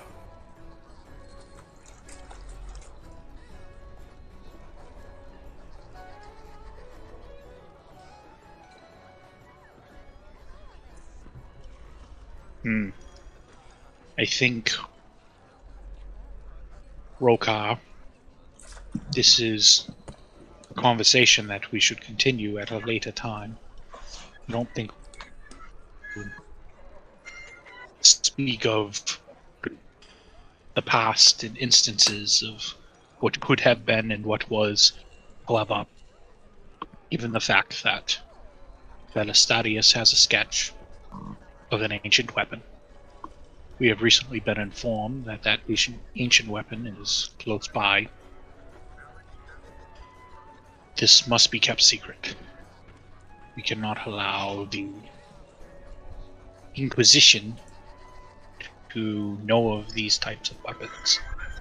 I fear as though that they would use it for utter destruction of the demonic presence, which I do not necessarily disagree with. I could But be the wrong. methodology is what. But was that... I could be wrong, but it does appear to me that they already know of the weapon in the Eyrie. Why else would they siege it? That is true. I did not think of that. But that is very true. So now the concern is, if they know of it, do they know how to use it I don't know, obviously, but my own speculation would be, why fight so hard to acquire an item you have no way of using? It's worthy of speculation, of course. Maybe they are fighting religiously, as religiously zealoted as they are because they simply think they can use it, or because they know they can use it. Either way, it does not matter. I agree they should not get their hands on it, whatever the case may be. If magic is completely eradicated around here, I don't know as my cursed enchantment that keeps me alive will be included in that. It's a powerful spell, but one that may very well be knocked out by such a powerful feedback.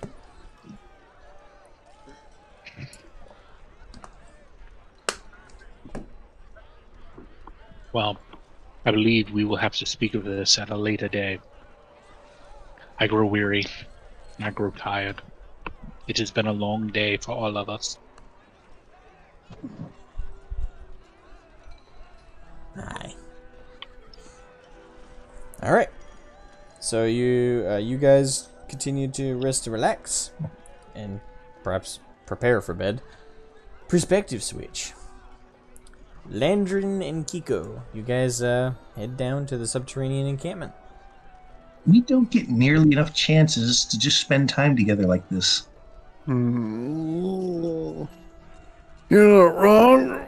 It has been very, very busy recently. Unless you count all the times that you're around and I just don't know about it. I mean, that's also possible, but no. Usually I spend my time gathering information around here. I wish I had more downtime. Even now we're really doing something, which is a shame.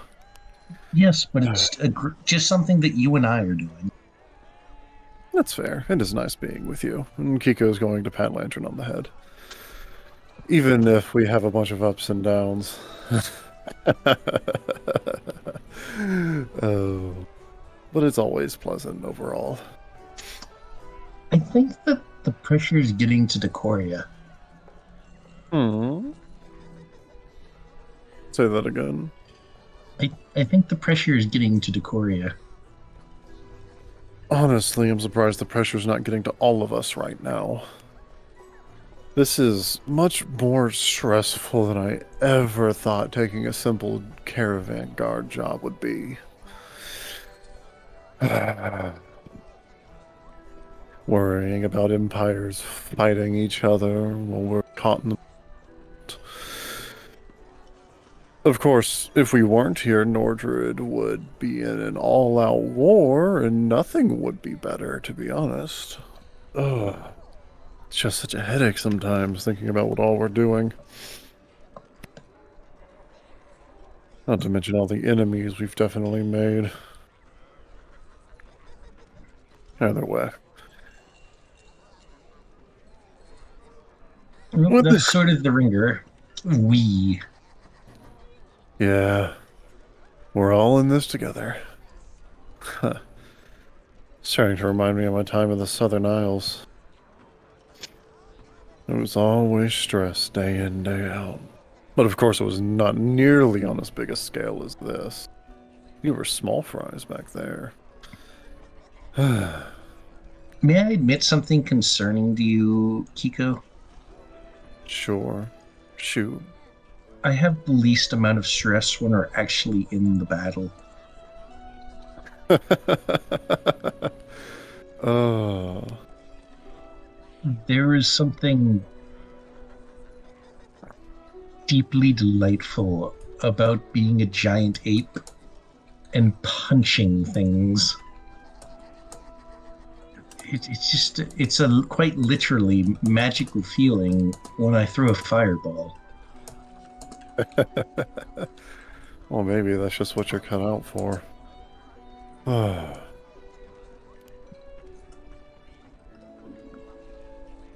It must be nice being able to understand and use magic like that. I could always teach you some. Oh, please no. I don't want anything to do with it.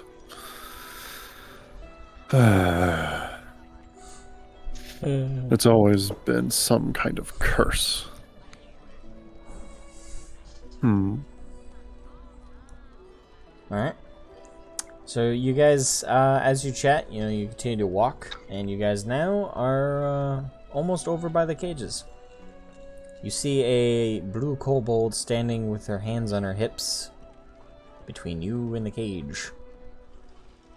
Don't worry, this time we're not going to take any of his body parts. And we're not going to stab him either. There is no we about this. The only we is that we all disapproved. I didn't disapprove. I just said I'm not going to. Oh. Listen. Most of us, actually, it wouldn't even be most. It'd be 50-50 at that point. I'm actually making a lot of... Actually, I think I might have been the only one to disapprove of that unilateral action back there. Well, I did, but on less humanitarian and sentimental terms, more on pragmatic terms. Hell yeah, 50-50. 50-50. Belisarius being the best friend. Hey, hold up. You're the big sister, though. That's fair. I am family. Either way, we've killed a lot of your men, Lord Prom, was it? I think we might want to have a different pitch than that, but that's accurate. Either way, we've decided that we're going to allow you to give them funeral because they've died honorably in combat. At the mention of this, his head lifts from his kneeling position that he's been in. And he looks not quite in full disbelief, but he looks like questioning, like, what's the catch? Kind of look. We also don't know the funeral traditions. Are we supposed to bury them? Are we supposed to light funeral pyres? Do you spread the ashes in the second part? You're the only one we can ask. Well, I think what's more important right now is that we've talked with your priest buddy here, the one that we sent off to be a messenger. Either way, the point is that we're looking for peace, preferably. You might not believe it, and I don't blame you for not believing it, considering one of our members already ripped out your tongue once. But that is what we're looking for now that we understand the situation better. Because, well, your goals and our goals are quite aligned, even though your methods aren't aligned with ours. So we hope to negotiate with that. Which is why we're offering to allow you to give funeral rites to your deceased as a show of good faith on our end.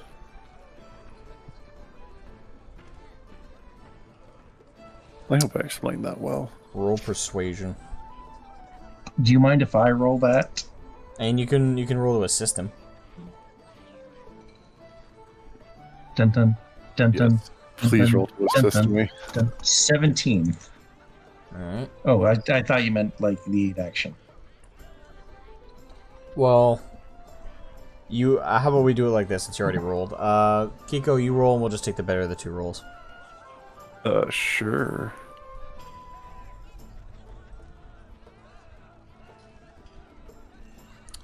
Alright, Landrum, you're taking the lead on that one.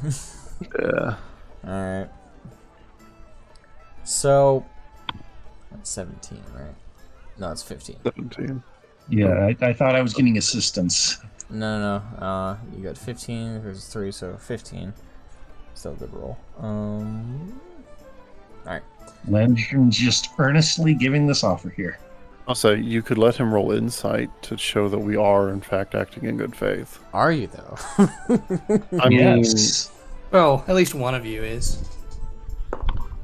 Wait, is Kiko not? I don't think Kiko's not. I think I told him Okay. everything.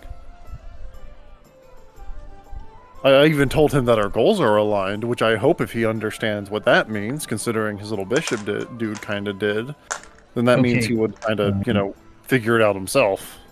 Alright. So, looks like, right. So, Cromwell, straightens up his back and bows slightly. If I'm allowed to put my boys to rest, I would greatly appreciate it. So would the Holy Eden upon your souls. Oh, why, thank you. Great, roll greed. Landrin, I hate that I forgot her name because you've told me it like 3 times, but the very kind head cleric lady. Is it Mila? Or no, that's a different person. No, you're thinking of my sister-in-law. Ah, That's Maya. Thank you.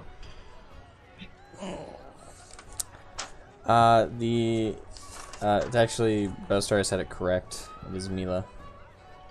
hooray! Mila. I remembered Maya something. is the queen. Mila is the head cleric. Belisarius coming in with the win. If there's similar Mila, names, I get the confusion. Okay. Mila, do you have the key to his cage where we need his assistance in funeral rites? Yes, I have it right here. We also Thank you kindly. We also trust that since we're showing a show of good faith, you will as well. Saying that to her or to him? To him, Okay. if nothing else. He just kind of does he does a half nod to that. Right, Milo walks over, clicks the lock, opens it up. I'll put. And she grabs what looks to be like a stone wristband and clamps it on him. It has a rune from Dawi. This one will prevent him from using any holy magic. Well, at the least, one's powered by Arcana. I don't think that'll help too much, but thank you anyway. That's the most I can do. Don't say. Otherwise, good luck watching him. No promises. Thank you, though.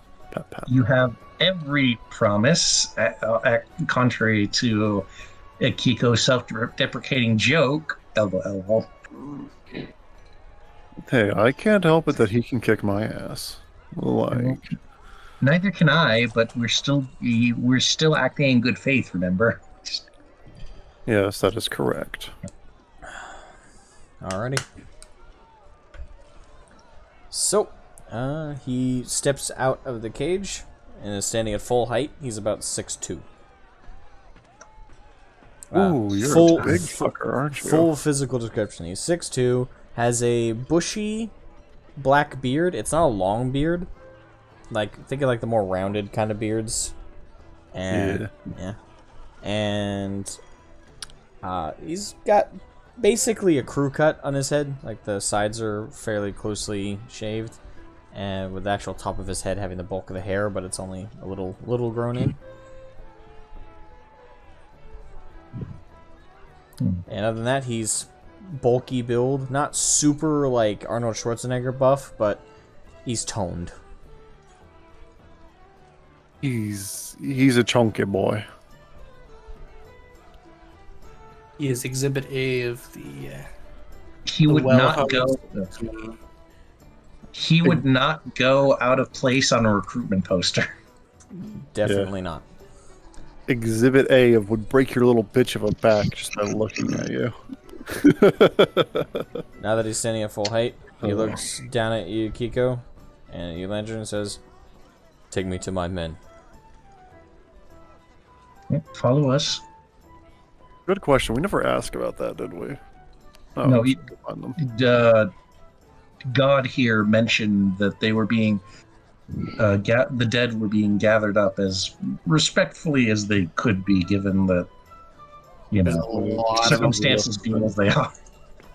Yeah, that's Given fair. that's friendly corpses. That's more than. I don't know. That's probably a little less than 10,000 corpses. Yeah. So, can you point us in the direction of where they're gathering the casualties? I can lead you over. I was asking the kobold, but No, though. She shakes her head. No. oh shit. The bodies are not kept down here. Of course they're not. They're kept being down. kept up above. Where? We, Okay, we'll go up above and we'll figure it out from there. Okay. So you guys head up the dirt ramp up to the surface, and you see plenty of men moving around. By this point, you guys have probably all been like socializing and like talking and everything. All that has happened over the course of several hours. It's probably been about 3 hours. So a lot of the bodies have been cleared from the field. Still some here and there being picked up, but more or less, the bulk of them have been laid elsewhere.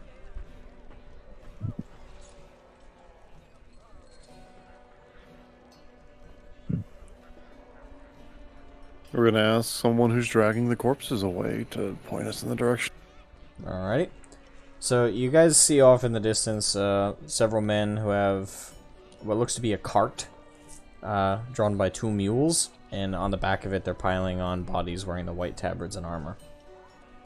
We will follow them, I suppose. Make sure to plug your nose. Yeah. Don't stand too close to the cart lantern. It's gonna smell bad.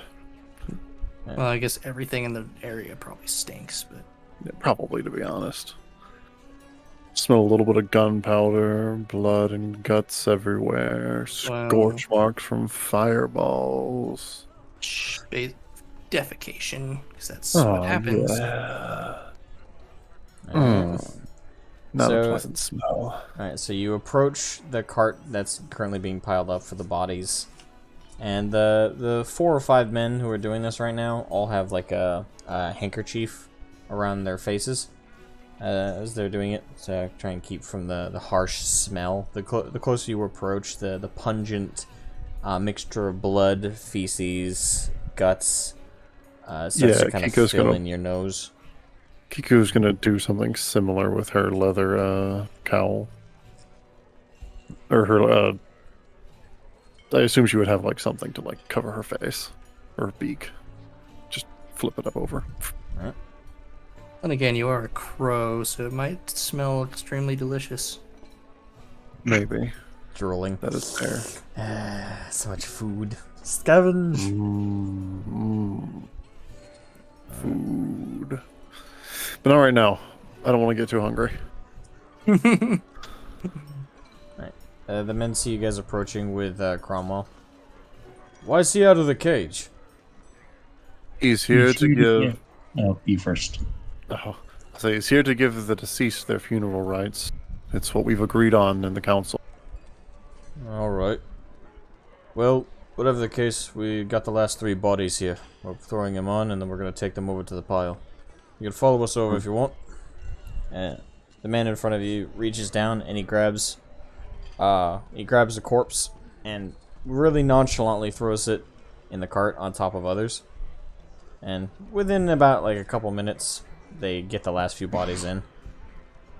And they're now heading off into the tree line with the mules dragging the cart. Alrighty. Then we'll follow them. As you guys follow, it's about a 2-minute walk. And after a little while, you come to another clearing of trees, and you see a bunch of bodies kind of laid out. There's no sheet or anything covering them, but they all were kind of... They're not piled on each other. There's not a pile of bodies. They've all been laid out with their arms crossed on top of them. All laid out in like rows, and there's a bunch of them. Like throughout, like to the point where they've had to bleed in the lines into the trees. Oh. You've killed a lot of people, holy shit. Yep, count.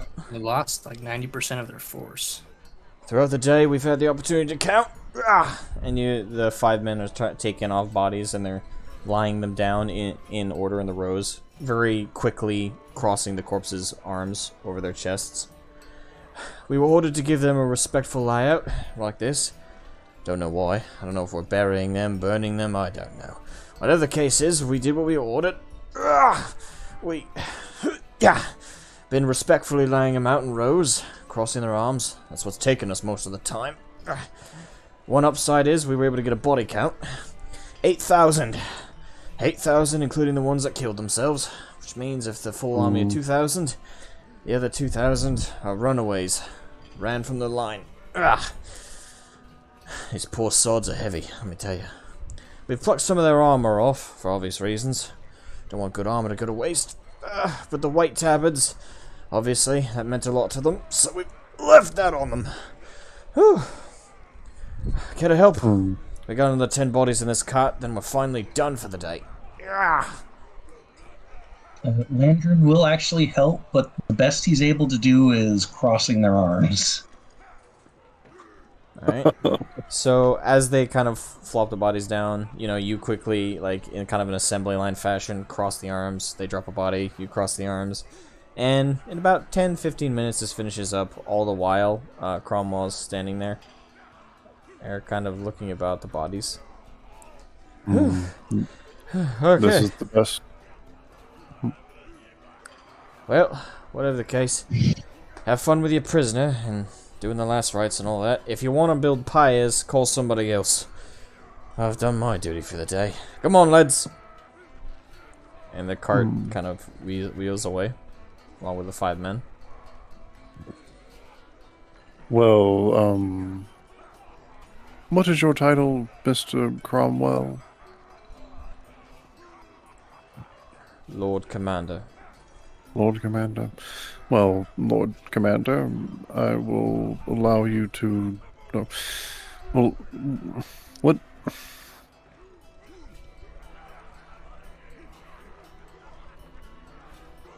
What are your funeral rites? Is there anything that you need to have accommodated to you? Nobles are burned. Those with the title of knight are burned. Anyone lower than that is buried. Nevertheless, they all deserve a holy pyre. But I do not believe I'll be accommodated that. He steps up and kneels to the first corpse nearby. And he puts his hands together and he starts chanting a prayer. O Heavenly Lord, please guide their soul to the ever after. May the holy lights aid and protect them from demonic influence in the after. Protect them. Grant them holy ingress. Allow them succor in your holy embrace. Landrin, go to the council and see if we can coordinate an effort to build a pyre for them. To Lord Commander Cromwell's design. See if that's not possible. Because I know we do have a contingent here. As Lord Cromwell finishes his prayer, he says, Ajur Zaru Kava. Places his hand over the corpse in front of him, which appears to be a young man, probably 14 at the oldest. He puts his thumb on his forehead and his index, middle ring, and pinky over his hairline. Rest well. He stands, bows his head one more time, and then goes to the next body and repeats the exact same process. Each time he doesn't miss a single step, says the same words, does the same actions, says the same prayers. Yeah, Kiko's going to tell Landrin to go ahead and try to get a bonfire that he wants to put up. Alrighty. Landrin will head back to... Kiko, do you certainly want me to go, or do you just want someone to go to ask for it? What do you mean? I'd like to stay and help him for now. I don't think he needs help right now, and I'm certain I can watch him by myself. I don't think he's going to go anywhere. I don't either. It's just... I did a lot of these. Then you could help pass them into the afterlife and do a good deed for them. There's nothing wrong with that. I think I might be communicating badly that Landrin wants to, stay for the rites because he's, it feels like more duty than anything else. But yeah, he'll head back to see if they're not too drunk to organize a big old pyre. So you're also not as good a fighter as I am. Remember that. You can't dodge well. Call me old-fashioned. Bird stares in intense judgment. You can't dodge. Piccolo's yelling in the background. Dodge. Dodge. On a more serious note that I was trying to say, call me old-fashioned, but I don't think he's inclined to draw steel on a funeral day. He's not, but I would prefer to stay here over risking you. So go. Waddle. You have a good sense of duty, Landrin. Alright. I appreciate that. So, Landrin, you head back to the camp, and you quickly find a set of men kind of setting up their own fire to warm themselves and prepare a hot meal.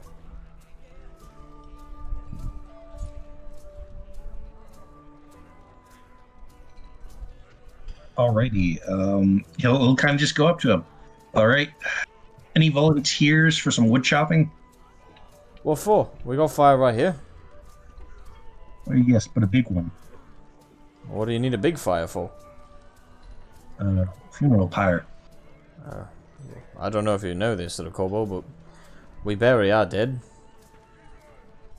Well, I don't know if you knew this, but there's a 1 gold reward for any man who spends the rest of the evening chopping firewood.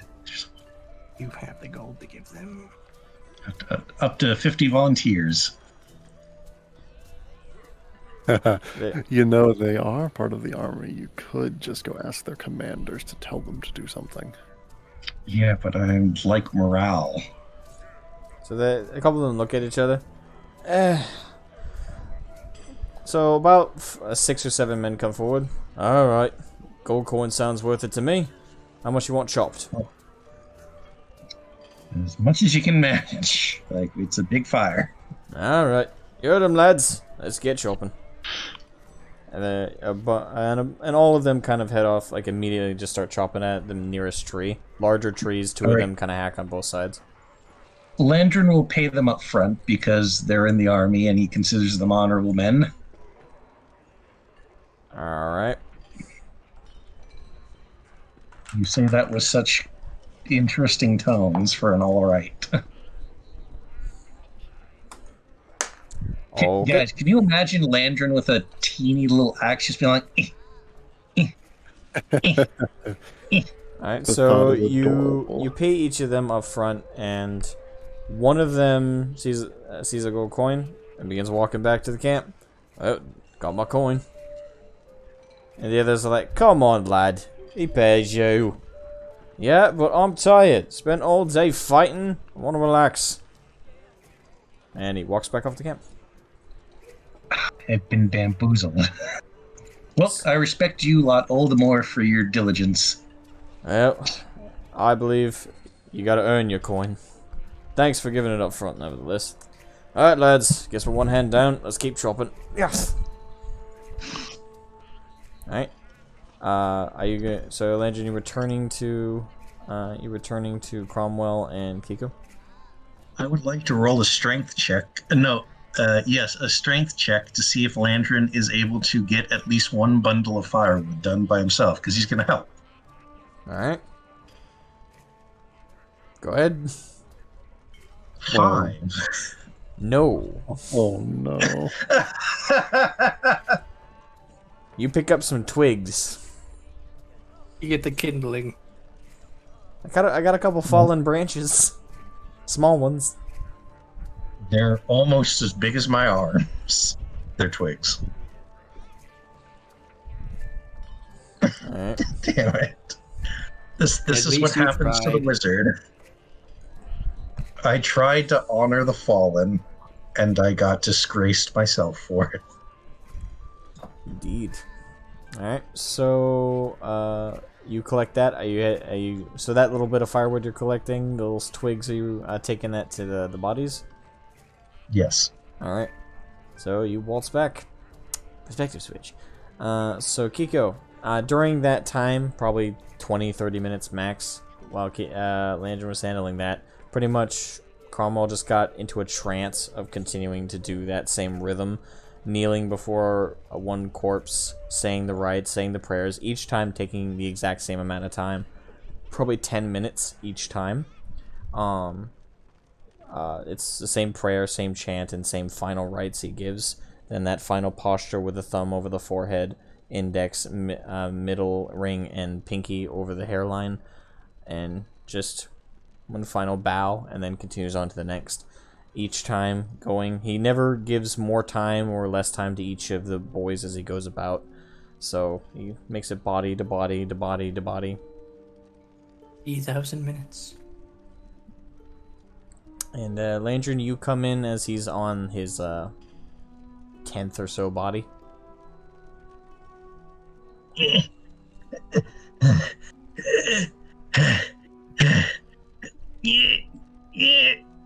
It's not much of a bundle, but it's a lot to him.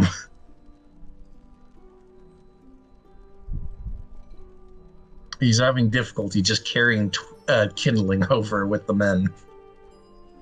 Alright.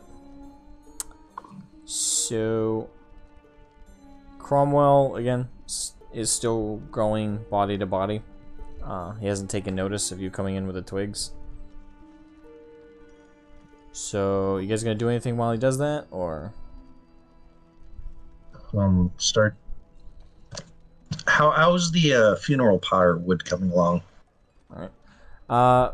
About 30 minutes, about an hour and a half more passes, and you, the same cart that carried the bodies is now carrying logs with the men, as they're coming by and dropping off chopped up logs, not like full tree logs, but they're chopping up those into fairly even cut up planks and stuff. It won't be enough for a pyre for every single one of them, 8,000 dead and all, but it's a pyre for at least 20 of them right here. It's the principle of the thing more than anything. Thank you again, men. Alright. It's only for the knights as well, so... Landrin is going to take note of where this group's campfire was, and later on, he's going to get something sent to them. But that's for later. Alright. That is for later. Cromwell is now on his 50th body, still going. Landrin is going to, right at the end of the 50th body, he's going to pull on his little tunic leg or pant leg. I'm not sure. Alright, so you run up and pull up on his tunic leg. Exactly when he finishes the last body. The 50th one, I mean. He's going to let that finish first. I'm guessing you also didn't hear what I said earlier before I disconnected. No. What did you say specifically?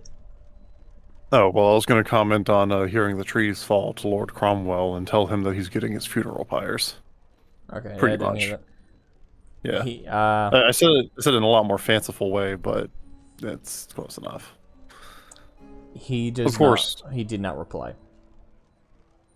Of course. Well, not like while he's like in the middle of prayer or anything. While he is swapping bodies. And I also asked him to point out which ones are knights, so we can actually properly give them funeral pyres. So, alright, so I'll assume you say that at the end, at the same time Landrin pulls out his tunic leg. Yeah. He stands up, says,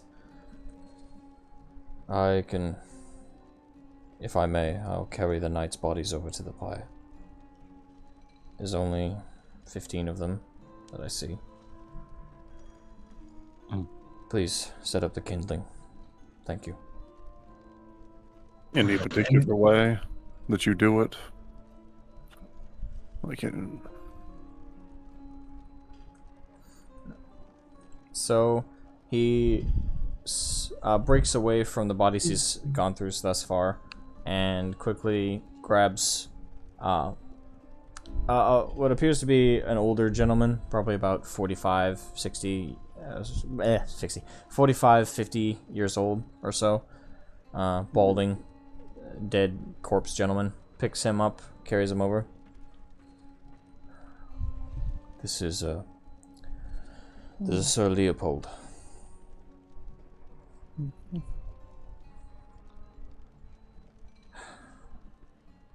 An old friend. May you be in Eden's garden, my friend. And of the pyre build thus far, he places him first, towards the end. And then goes back out, brings another body back. This one of a small young lady. She appears to be between 16 or 19. Sir Adriana. One of our youngest conscripts into the Knights. So Kiko is going to pull out a piece of paper and start writing down all the names. And a short description of each. She was too kind. Far too kind. May she rest in Holy Eden's garden. And as steadily as he brings bodies forth, you can tell that it's starting to strain on him more. Not physically. He seems to be ignoring the actual physical strain of having to carry all these bodies up to the pyre. It seems that his eyes feel more and more sunken in as he goes. His voice starts to crack more, but he continues to tarry forth. And for next body, he brings Sir Iden, younger gentleman, probably about 18 at the absolute oldest, 17 at the youngest. He brings another one, all varying ages, most of them young, only a couple of them actually older. And eventually he goes to the 15th, and he's walking exceedingly slowly towards this one. And he picks the body up, and you see him kind of shake, kind of go chilly cold for a moment, stand at full height, and he's completely silent as he carries this one. Unknown Knight description. He lays the body down on the pyre and says, Sir Christopher Cromwell, 15. Sir Christopher Cromwell. Son of Dryer Cromwell, Lord Commander. Son of Dryer Cromwell, Lord Commander. May he rest in Holy Eden's garden. May he rest in Holy Eden's garden. With his mother. With his mother. And he puts his forehead, as tears streak down his face, against the boy's face.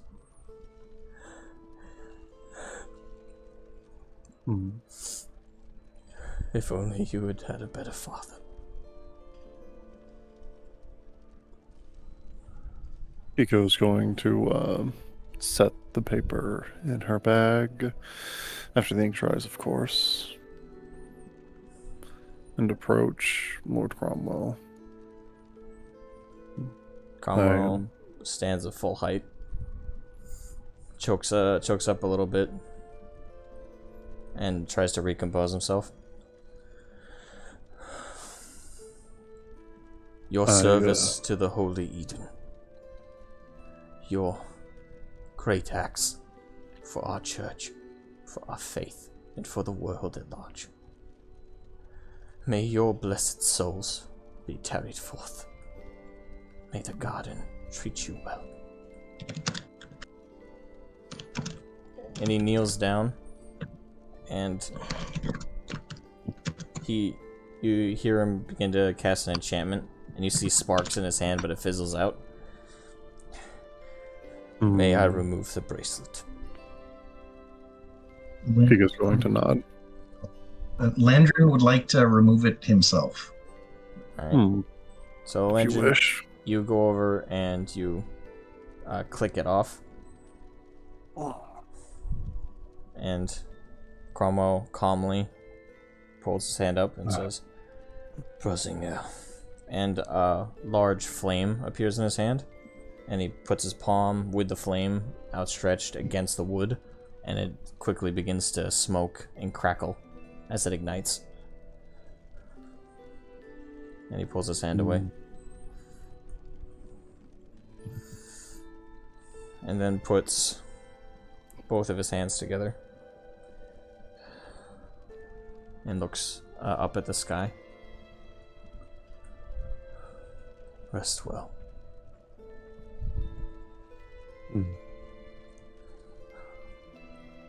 I wish to say the rites for the remaining dead.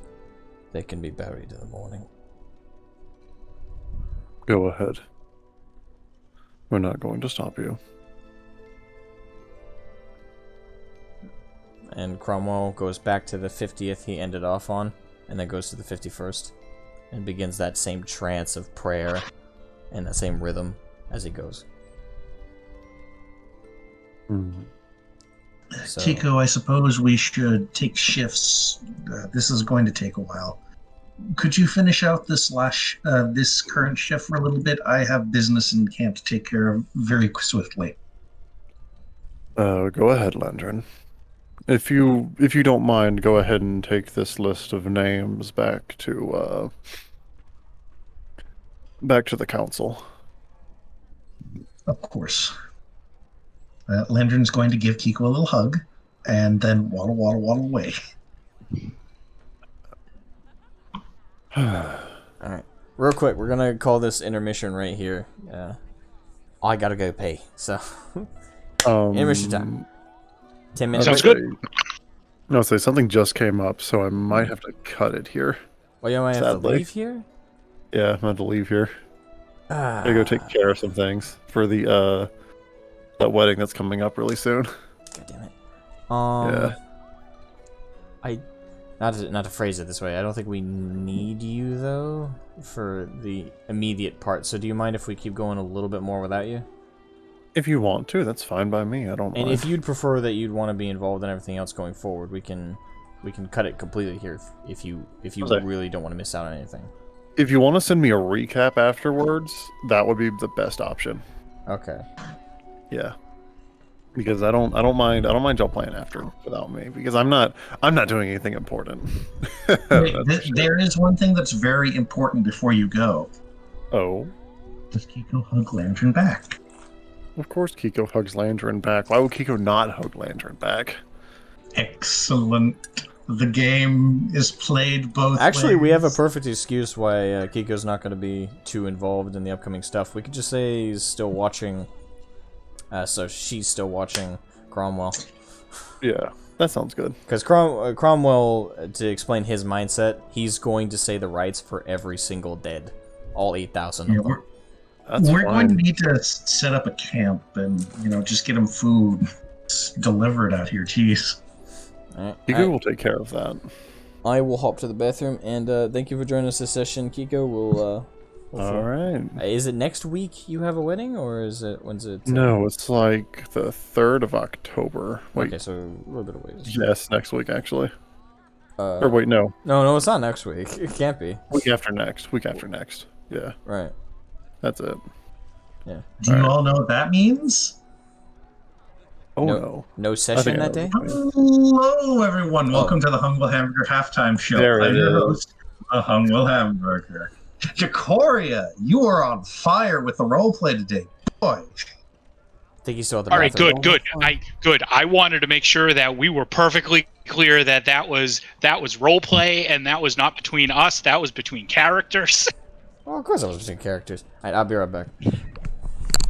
The angry boy in me was just watching that scene and thinking, why just the tongue? We're not sending much of a message here. In fact, we're cutting off messages altogether. But it was so fitting.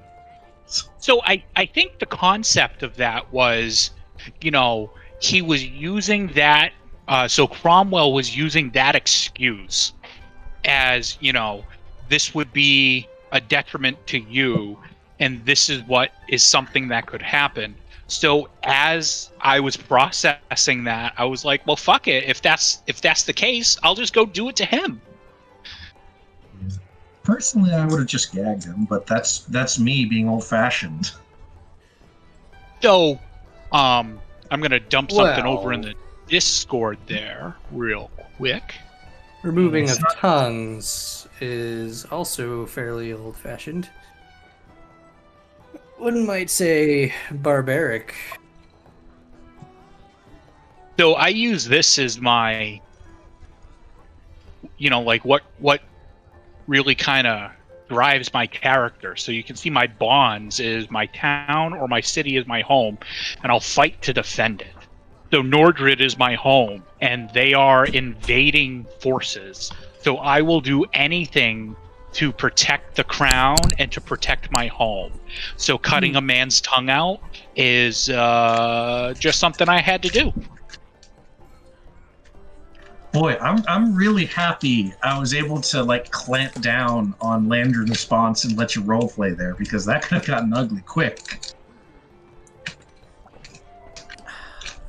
Well, I think it would have been maybe a little more interesting, but I think the conversation that we had afterwards really kind of put a cap on what would have happened.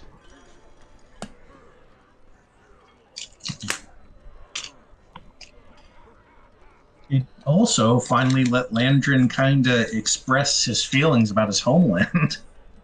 That's true, yeah. And then I unceremoniously shut them down. Yeah. Where's my speaking of King of the Hill, where's my little clip of Hank punching Bobby in the face going, "You bitch"? That's basically the finisher Decoria had for that conversation. Yep. And this is why we won't fail. He'll walk away. What a dick move that was.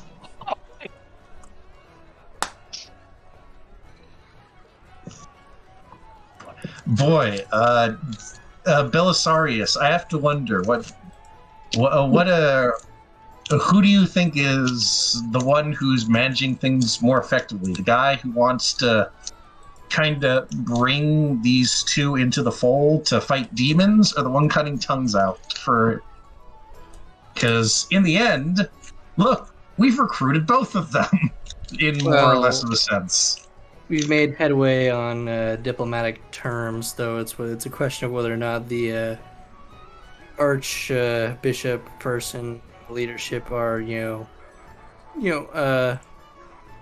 pragmatic enough to listen.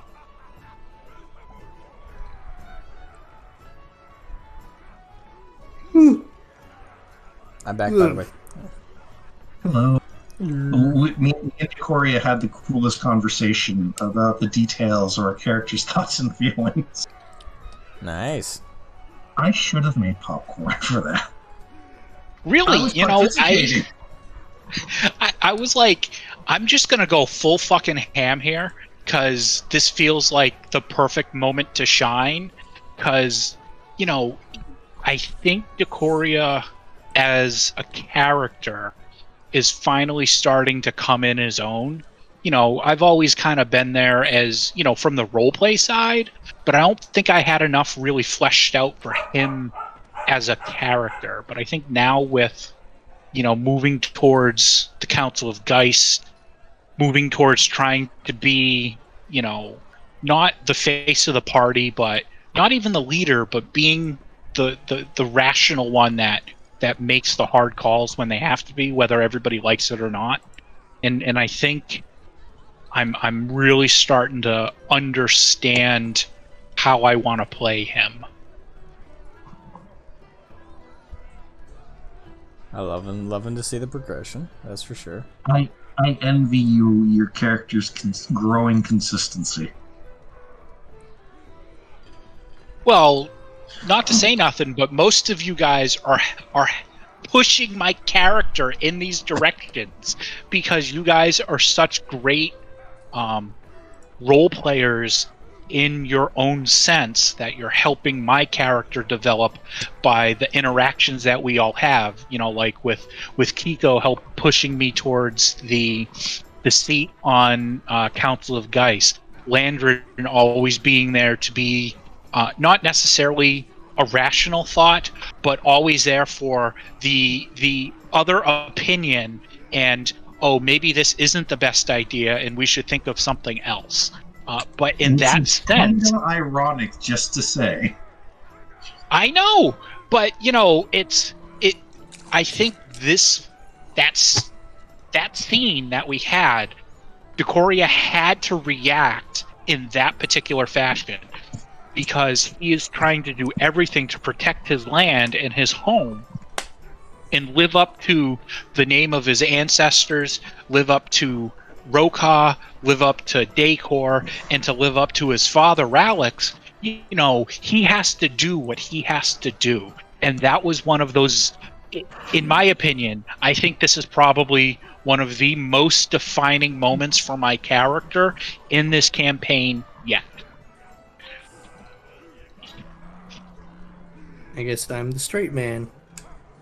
You're the friend. You're the charming robot. Background, silently judging everybody. You meatbag! Alright, let's see.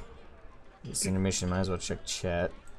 Zalm was here earlier. So Zalm, thank you for coming by. Yeppers, hey, hell yeah. Battle of Wolf's Road sounds badass, and it does, definitely. I love to see a campaign with a character that's just aware of being a game like Deadpool. That seems like it'd be funny. Yeah, but the thing is, it's one of those things where if it's for like a narrative story, it could be fun, but I think like it could be overused or it could get old real quick. Like an active campaign that's going on for any like maybe for a one shot for like a character that's completely aware of like the meta stuff. That could be fun. But it's, in my opinion, for like an actual lengthy campaign, like this one, kill that character off pretty quickly. I think. I think it would get old. I think it would get old. It's one of those things where if Deadpool's funny for 2 hours, multiply that, but like if you were to sit there and see like self-referential meta humor for like 6 hours, 7 hours regularly, I think it would get old pretty fast. Yeah, I mean, I kind of find a Deadpool-style humor gets old actually faster than that, but that's just personal taste. For me, it doesn't get old that fast, but it can get old. Little Chicken Strips was here. What's up, D&D? Cool, yeah. Little Miss Cindy, indeed. Sup Strips for Calcio. Yeah, awesome. We had a couple different people comment today, which was nice. All right, so is everybody ready to keep going? Kiko dropped out of the chat, so I don't think so. Kiko left. Got a wedding. Not a wedding to go to, but Kiko gave permission for us to keep going. And right now, if we're ever gonna have a good reason for why a player can't actively be involved in what's going on, right now is I didn't even plan it like that. Like it's not like Kiko told me he was planning on leaving, but. It kind of fits, because right now Kiko is watching over Cromwell as he's saying the rights to all 8,000 dead. So, individually. So, if we're going to ever have an excuse for why a player is preoccupied, this is it. And still be able to keep going, so. That actually leads perfectly fine, because I needed to take a stop to this place anywhere, but now I have 2 reasons to take a stop to this place. I would like to visit the quartermaster and or the camp kitchens provisioner. I'm not entirely sure what use of organization they have, but I want to go to where the pantry's at, where the food. That would be the quartermaster. Nonchalantly, we are continuing. Gotcha. Alrighty. Alright, let me straighten up my chair. So, as long as nobody's opposed to continuing while Kiko's unable to continue. Yeah, we can probably finish out basically up to the night and up to our long rest, I think, without Kiko. If that sounds correct. And I concur. Yeah, I'm totally down with that. right out. Alrighty, so Landron, you wanted to find the quartermaster, right? So as you're going about the camp, you see quite a few tents now as nightfall is starting to really come about. The sun is really going down now. A lot of tents have been lifted up. There's this really large, kind of just overhead tent, whereas opposed like it doesn't have walls, and you see like a string of them. It kind of looks like if you ever been to a fair and you got the little stalls, it kind of looks like that, but like one long tent.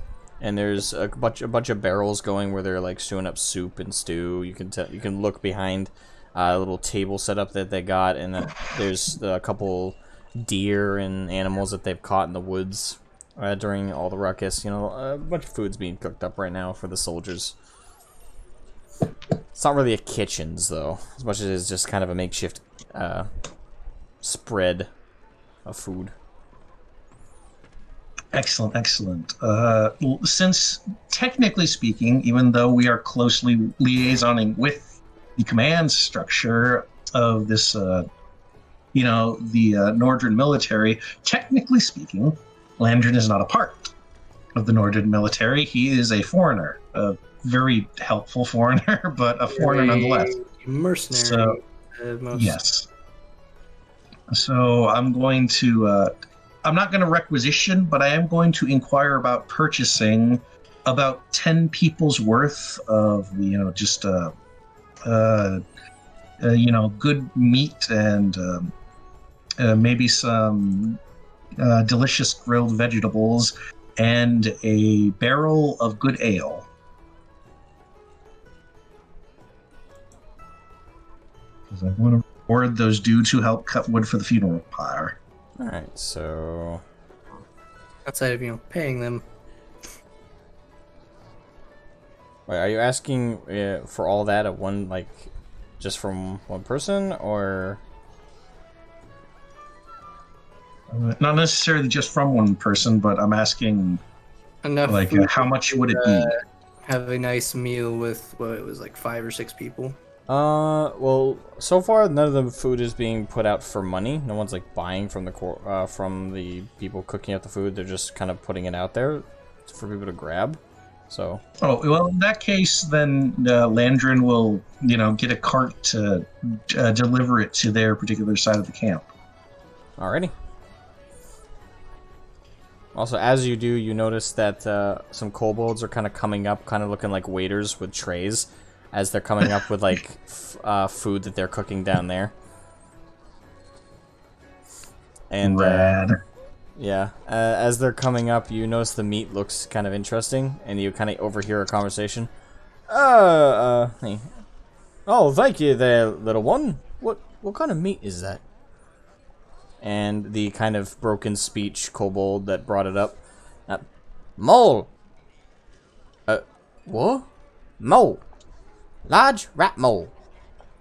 Enjoy! Just totally innocent as it leaves this giant hunk of, mole meat. What kind of crazy things are down there? I don't know, but it looks delicious, doesn't it? It's mole, though.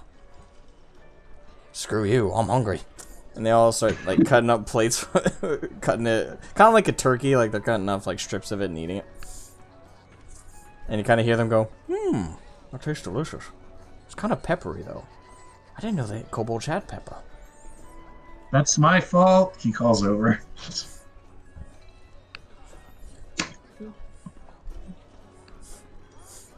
Alright, so you get... The pepper cart incident. So you are going around and you successfully collect the items that you're looking for in your little cart. It's from the spread. Got a little shopping cart. Alright, then taking it over to the little campfire of the nice gentleman who helped out. Alright. When you come over, you notice that they've set up kind of tables around that same fire because they're kind of like holding out food on kebabs and put them on their little plates. Oh, hello there. And they see the cart. Oh, you're hungry today, aren't you there, sir? Well, I hear tell it's dinner time. Yeah, indeed. We gotta owe Who's those boys thirsty? who went hunting. Who's thirsty? And all of them go, "Aye!" Well, Landon's gonna, as best he can, since he's tiny, gonna start delivering ale. Okie dokie. So you kind of like, you have like a whole like swaggin of it. And you, swaggin. You have a pouring thing. Cask? No, cask is the... Casks have taps. You pour it out of the tap. Yeah, but you have a thing. I'm picturing. We all know, it's called a spriggan. Spriggan. Bigot. That. Thank you. You pour them all a generous portion of ale as it foams up, and they're all like, "Olé!" And they all cheer, and they're all drinking. It's time to get stuck in with the lads. The drinking game. Last one standing wins. And real quick, a female soldier wearing the wearing the snake, wearing purple, like that deep royal purple, and having a snake sigil on her tabard, stands up and starts declares out to everybody. "All right, boys. As much as we're all having fun and cheering about, I think after a good battle, we all know the tradition." And everyone wearing a purple tabard nods, and they all kind of look slightly more serious. Time for the serpent's wail. Tongue tied. Oh no. Time for the serpent's wail to honor our dead. And they all slowly lift up their ale.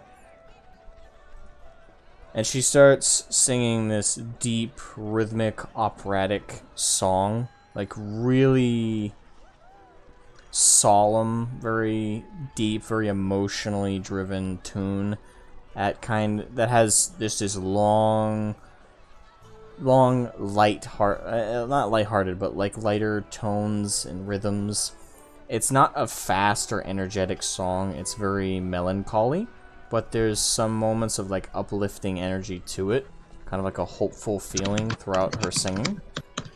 And after about maybe 4 or 5 minutes, she finally finishes off with one last crescendo. And then at that very moment, all of the purple tabards raise their goblets as high as they can and their mugs. And as soon as she finishes up, literally the moment she stops the tune, she takes a deep swig, and they all do as well. And slam their mugs down. For the dead! For the dead! Hail, the victorious dead.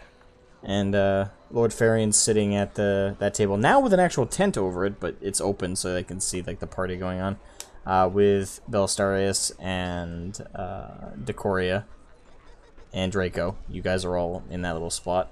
And Lord Farian did all the same thing. Like, he even kind of hummed the tune around as she was singing it. And then, just as energetically as everybody else, he said to the dead, "My ancestors are the one who came up with that song. It was to lighten Wulfric, lighten his heart during wartime. It's not a happy song, but it gets the message across. The dead are to be honored and mourned at the same time. Not easy fitting it all in a song, but we try, as is tradition."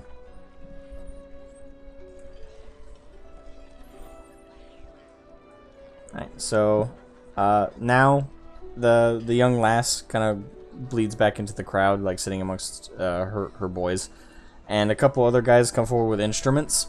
One with a cello, one with a violin, one with what do you call it? Kind of like a bass instrument, and one with a trumpet, and one with like 2 sets of like mobile drums. And they go, "Oh, all right, now for a more energetic tune." 1, 2, 3, 4.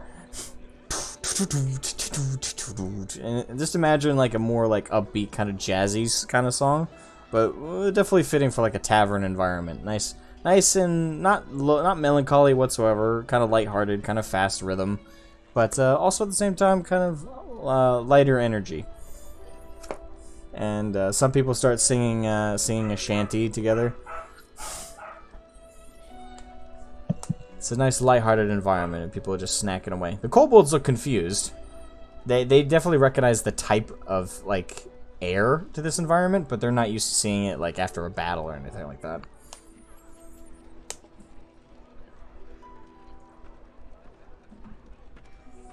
Getting the impression of like that scene in the beginning of Return of the King. In the halls of Rohan. Oh yeah. It's basically like that, yeah. I'm quiet because Landrin is elsewhere. What? Well, you're nearby. You could definitely That's hear all where- this. It's basically where we started it, wasn't it? He's like nearby, so he's within.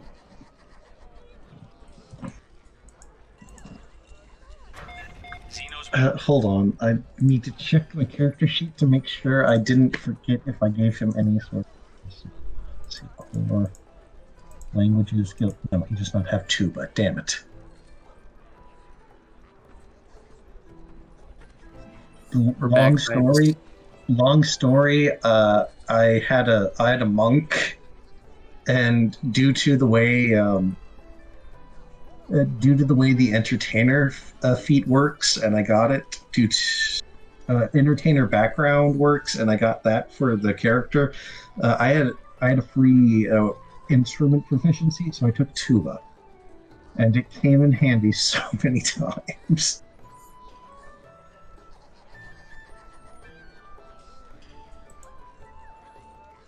Alrighty, Landrin would like to try and what the fuck do I do here? Landrin would like to try and play along. To the tune, or You have Yes. an instrument? Nope. so like hum? Yes. All right. It's roll for performance, I guess. Probably what he's got to do. All right, you can go ahead and do that. 7. But I'm 7. not rolling very good tonight. All right. You hum to the beat, but you're a little off tune. You know, you're not keeping pace with them, but you haven't heard whatever song they're playing right now before, so it's all new to you. You're keeping up, but you're just not like performing well. But you're humming along. You're having fun. Anyway, it's been a long fight. Time to dig in. Landrin is going to start chowing down. Alrighty.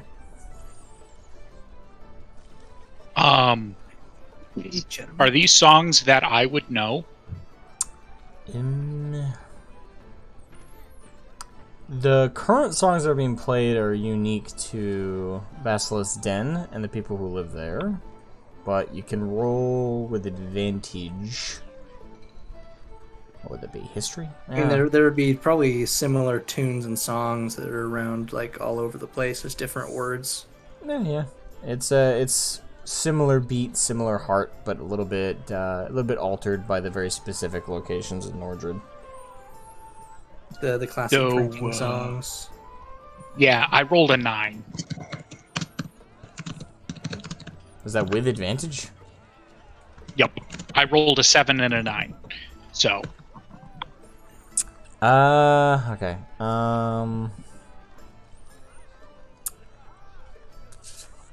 You recognize the tune for sure, but this specific song you do not know.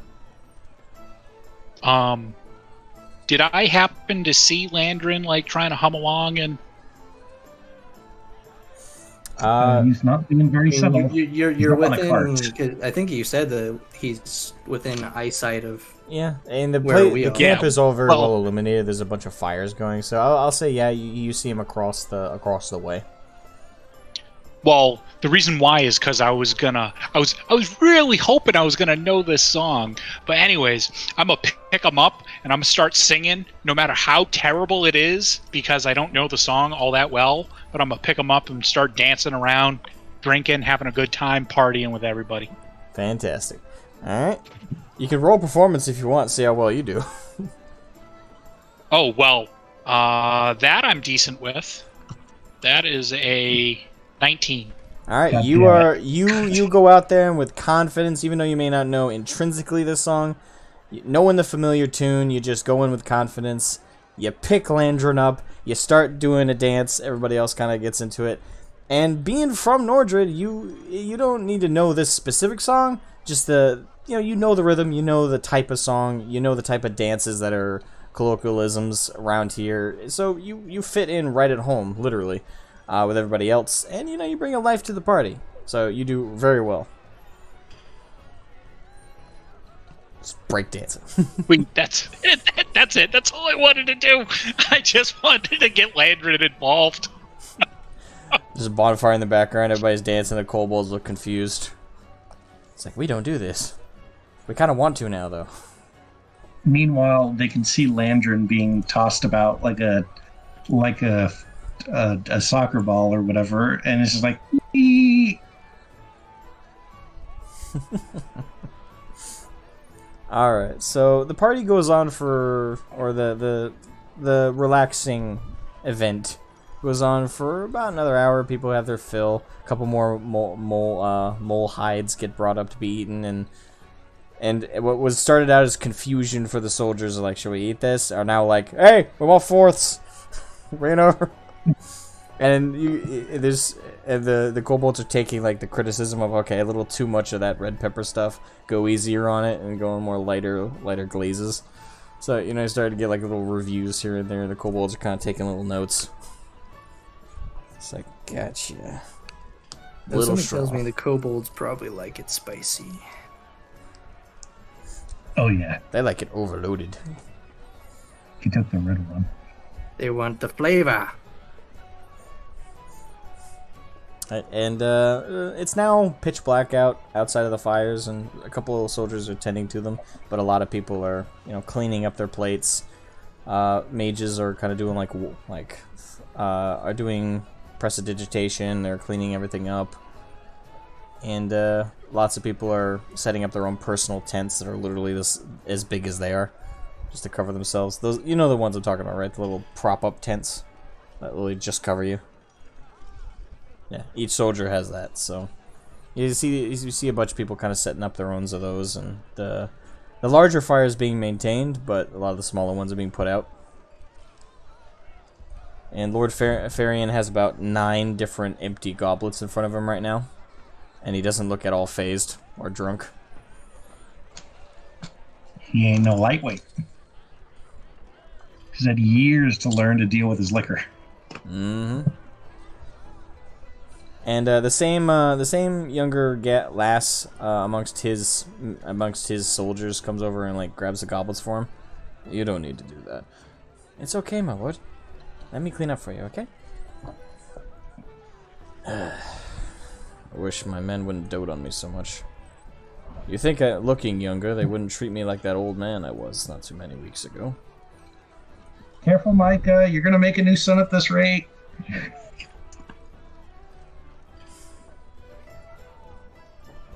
Actually, I think he could hear you. You're not like that far away, and the party's settling down. So he The intention was for him to hear that. Okay, you say that, and the young lady walking away with the goblets, kind of hides her face, and he kind of looks away like, oh my god. I'm incorrigible, and I view him as a friend. Ergo, he's not safe for me anymore. And he yells back, I'm too old in spirit. Maybe not physically anymore.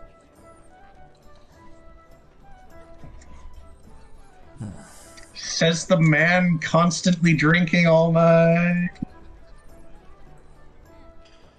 Rolls his eyes. The throes of Victoria, you passion. overshot that one. The throes of passion for the evening are far too much for a man of his spiritual age. That is for sure. I suppose we should all get some rest. I doubt we'll see any word from their emissaries tomorrow. But on the off chance, I think it's best we all get some rest. Ugh. Gotta buff out some I agree. stuff, some dents, and do some repairs. Aye. Good night to you all. And he retreats further into the larger tent, over to his little cot. It just kind of plops down. Alrighty. So, like, do we have tents? Like, our own tents? Or, like, what are we doing? We sleeping out in the woods tonight? What are we doing? You could try and fit in the command tent, which there is room.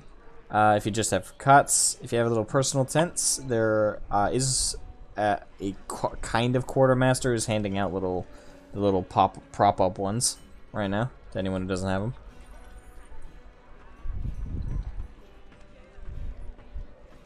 Yeah, I don't Why really have a need. tent? You could also ask the kobolds of what they're doing down underground. They're probably setting up proper quarters.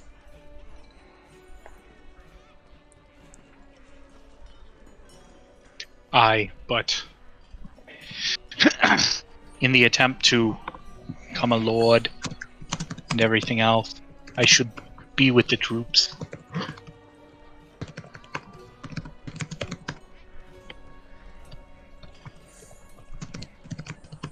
Somebody is typing quite furiously.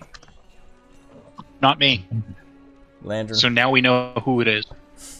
It was that time. This one time I'm typing.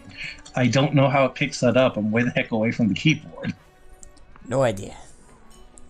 The Hold furiosity on. of your typing is carrying forth. So I would like to check with the quartermaster to see if he has a two-person tent. Alright. So you go over. He's a younger tiefling gentleman. Red tiefling. Let's see here. Yep, I got two-person tents left. I will take one of those. Thank you. Alright. Are you performing the old Chinese tradition of sharing a couch? I will Props put to this anyone who in gets my that. backpack. Not No, to get too off topic, but it was actually a very fascinating little tradition I had where, like, friends or scholars, they, especially in the nobility, they had these cool, beds that for some reason they'd kind of, I think it's a mistranslation, but it get called a couch every so often. And the point is, like, if you'd retire after like a banquet with your buddy, and you just had a bed, so you didn't have to stop hanging out just because it was nighttime. It was just like it had this cool little like nightstand built into it, and just kind of one dude flops on one half of the mattress, the other flops off on the other half mattress, and they just got this cool like sleepover setup, specifically designed for, and I quote, no homo hangouts. Okay. It was pretty rad.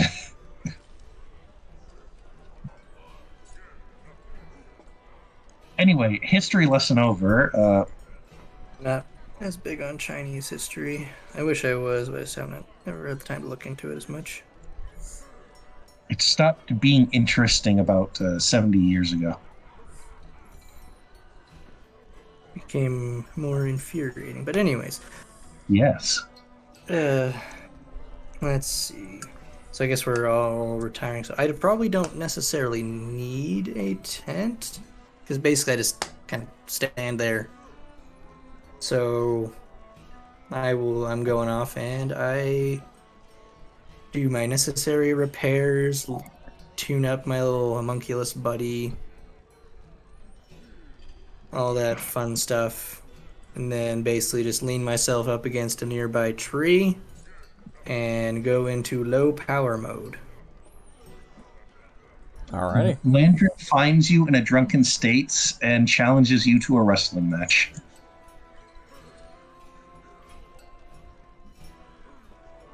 Wait, who? Landrin finds you. He's completely pissed drunk by this point, and he's like, Bessari is the first man to suplex the other is the superior scholar. Have at me. Basically, I just turn and look at you as like, you are excessively inebriated. Correct. Your meatbag form is filled with deleterious effects of that intentionally imbibed poison.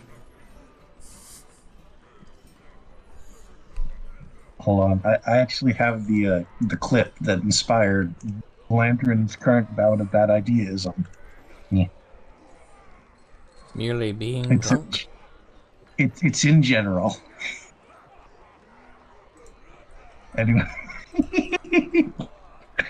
Anyway, be that as it may, the challenge has been issued. Good, sir. Well, you're welcome to try. Shocking, but my money's on the middleman. Landrin immediately grabs one of his legs and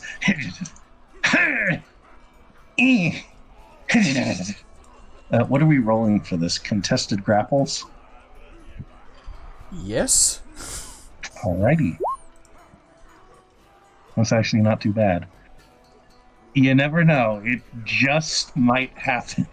Alright, Bellstars, wanna roll? Roll. Come on, beat a 10. Beat a nat 1, this is gonna be hilarious. 17. Yeah!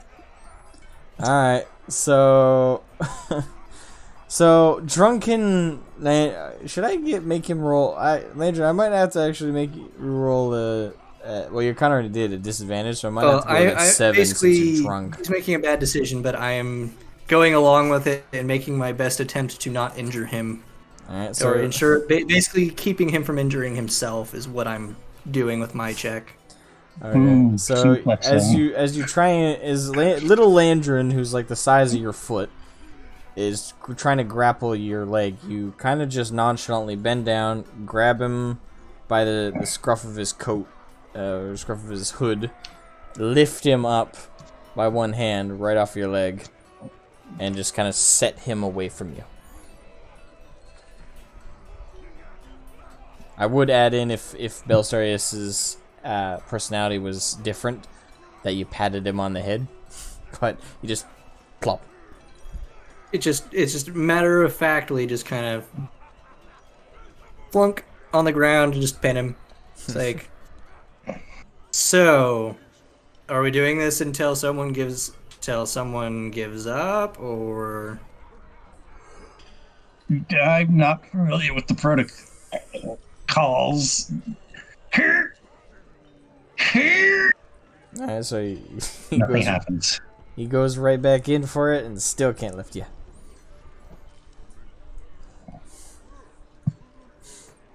Best 2 out of 3. Rinse and repeat. Alrighty.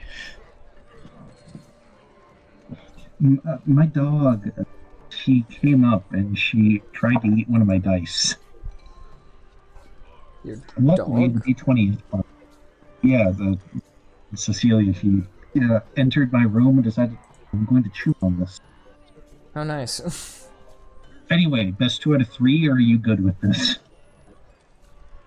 I'm good. What I understand is I'm holding you pinned. Like I basically pulled you off and I'm holding you pinned with just little effort. Just waiting for you to basically say uncle.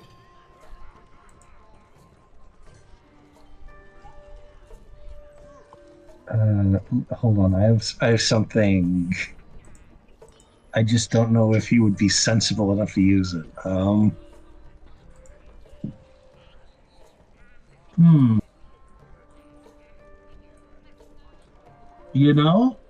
Landrin's going to cast Suggestion on Belisarius. Because he's in full chaos mode.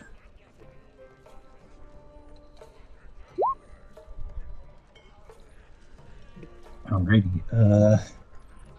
So, what's the check? Hold on, it's a wisdom save. Okay. Are What do I Warforged got? not immune to suggestion? What? Oh wait, no. Let me check. I can check my feats, racial traits. Constructed resilient. You have advantage on saving throws against being poisoned. You have resist poison. You don't need to eat or drink or breathe. You're immune to disease. You don't need sleep. Sleep and magic can't put you to sleep. Let's see. Sentry's Rest. Integrated protection. So that gives you a plus to AC. Not anything specifically to suggestion. It's just I can't be put to sleep. It's the only thing I'm reading on racial traits.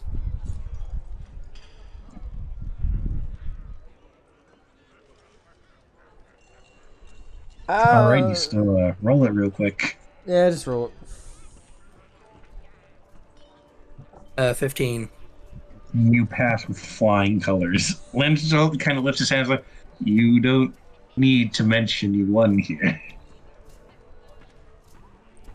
Well, I'm not compelled to do that, but since you're a, well, as close as I'm ever gonna attribute such a meatbag term, friend, I won't. But you didn't. But it's not. It's not because it's like you. But I make no promises. Landron's asleep.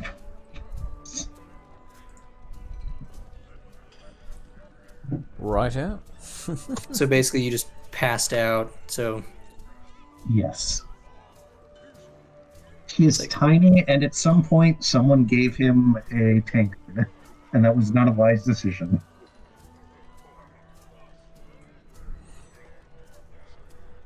Alrighty.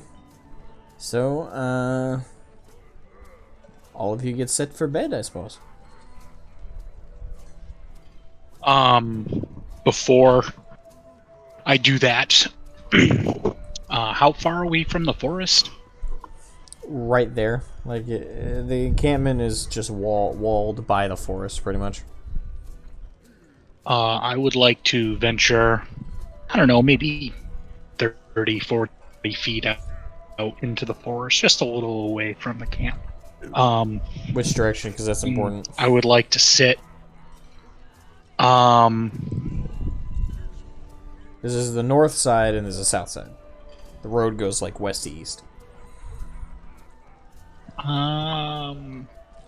What was the direction that we had to go relative to us to find the druid? Relative to you guys, it would be kind of north-south.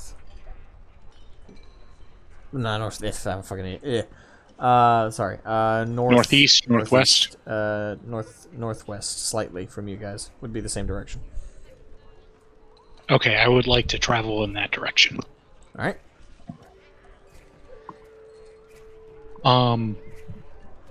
I would like to put my hand on a tree and say, Nina, can you hear me?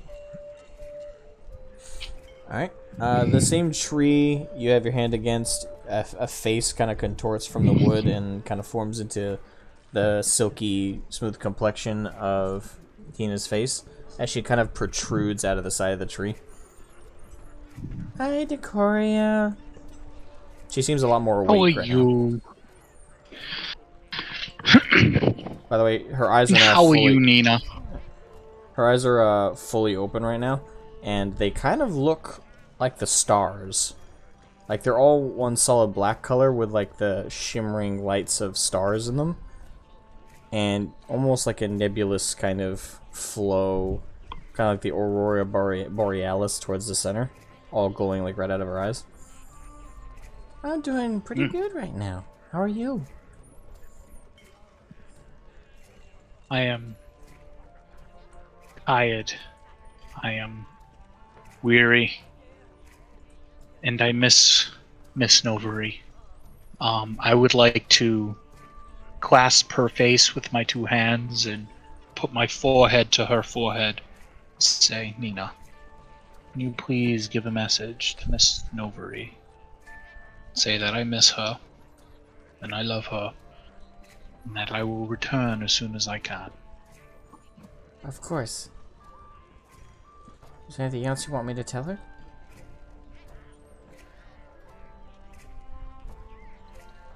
There is so much. I do not know.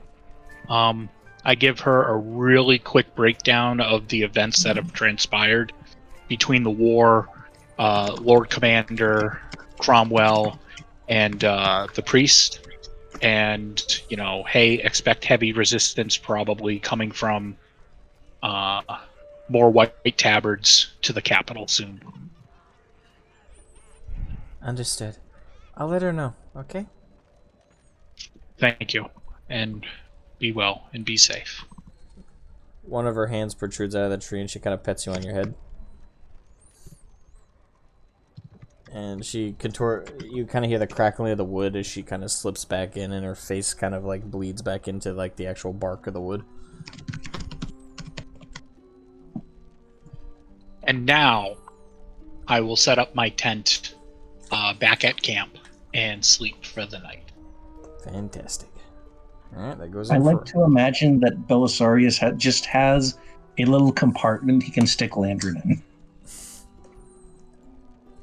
Something like that is like I've got my, if you remember that little spider walker thingy. Well, that's probably sitting somewhere else since we flew to the place and then we back, so maybe I don't have it. You don't have it on you, no? I don't. It's somewhere else. It's back at Basilisk's den, basically. So I don't have it. I don't have that one. So basically, I just made a makeshift tent for you. I don't know if I have like an actual compartment because it's full of, you know, the stuff that makes me move. I mean, I did just acquire a 2-person tent for a reason. Yeah. So, okay. So I basically just picked up. I noticed that as you're setting up, I pick up Landarin and I deposit him in the tent. Watch this.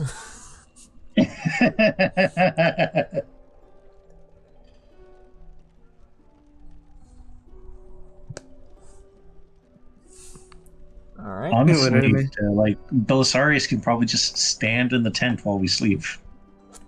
Well, I'm standing outside. I don't really need to be in, like, shelter. Yeah, but it's the principle of the matter. We're hanging out. Yeah, you are you're the center post of the tent. That's what keeps it up, right? The minute I like wake up before everyone else and move, the tent will just collapse on everyone. Then it's like, I guess you're all awake. Morning, son. You bitches. Yeah. Takes one step forward. Yeah, that's the last thing I want. Yeah, stand guard. Yeah, I'm outside. I don't necessarily need. I'm outside basically because I'm not moving, but I can still see and hear everything that's going on. And I'm gonna say Kiko fall. Well, actually, let me roll for Kiko. What I plan on doing here. Or alternatively, I go and relieve Kiko. So I realize he's there. So I realize that she's gone. So I go and relieve her, and she can like take her place in a sleeping place, and I will basically just take my rest while watching Cromwell, just standing there. Okay. So that would be more sensible, I think. All right. Kiko goes and sets up a tent, and also goes to bed. And you, Belisarius, continue to watch Cromwell, seemingly undeterred by the lack of rest, continue to make his prayers. I'm literally just standing there. It's like my body just staring at him. It's just that caboose. It's like, I don't like it when your body is standing there. Creeps me out.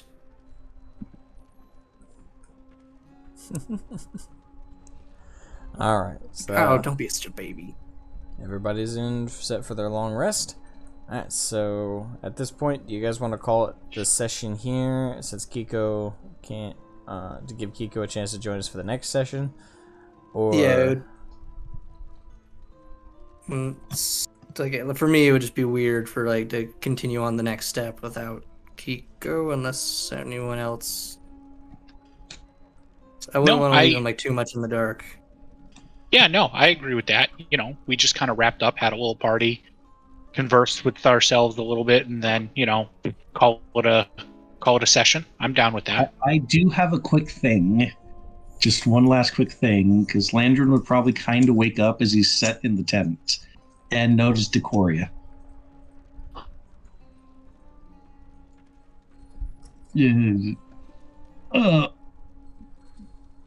Oh, someone give me a drink, didn't they? Oh dear, that wasn't wise. Oh, hello, Decoria. How are you? Still alive, so a good day. Intense nodding.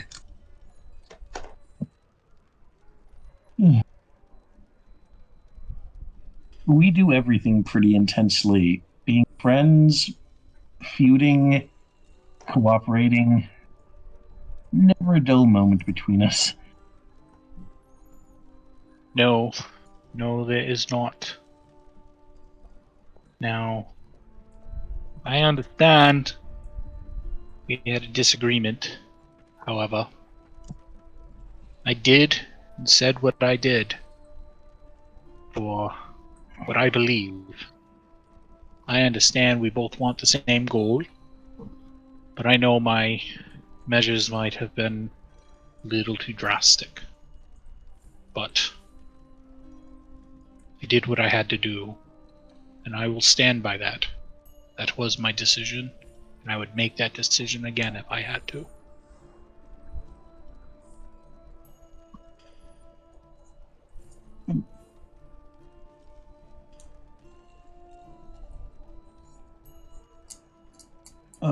It's just the... How do I say it? Do you remember the thing I like saying, Decoria? Whenever we're in a tight spot and it looks like we're going to have to do something very stupid. What, elite goblins? No, whenever it looks like we have to fight something, I always like to say, why? Because we're here and no one else is going to do it for us. Do you know where I heard that? I don't, but I feel as though it is relevant to the conversation. I read it in an action novel back in Father's library.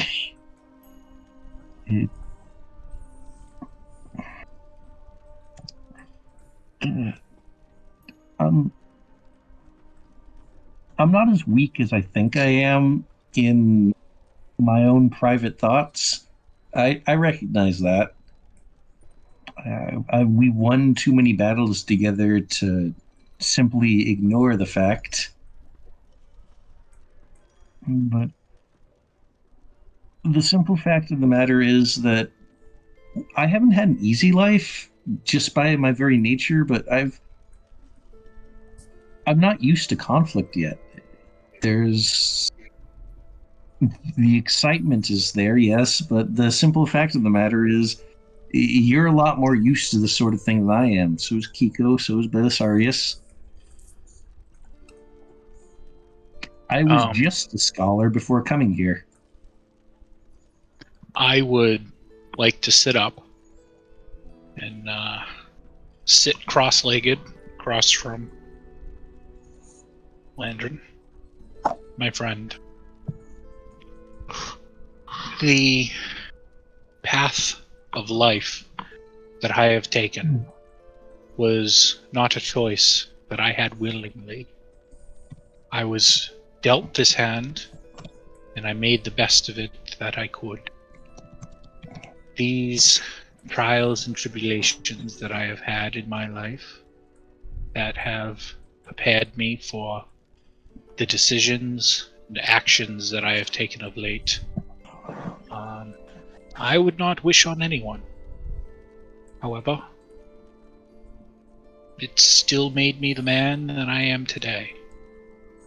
And I may not say it, I may not show it, but I cried at my father's statue, and I communed with my ancestors to ensure that the decisions that I was making are the correct ones. Because I do not know. I have never been in a conflict like this either. This is all new territory for all of us. But know that I had friends, here we are speaking right now, and family, which most of my family are in the spectral plane, but they are still there, and I still have means of communication with them. They help me understand that the only path forward is the path that you forge for yourself. We are in great times of need, turmoil, and strife. We do not have the luxury of second guessing. So what I do from this point forward,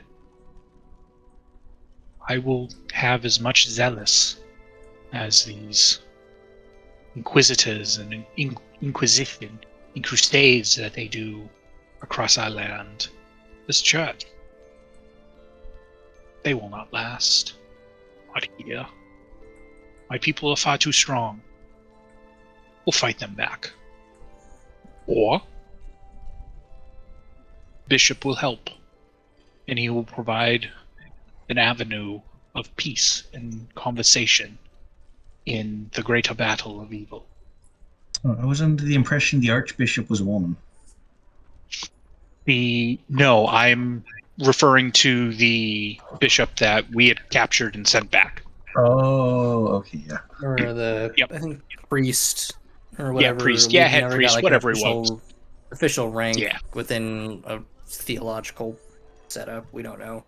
Priests are Yeah, I'm lower on just- the totem pole than a bishop or archbishop or the pope. Yeah, so got, I'm like, just making reference to that guy. I mean, a priest would still be. He's like middle. He could be like, and there's like deacon or like archdeacon and stuff like that.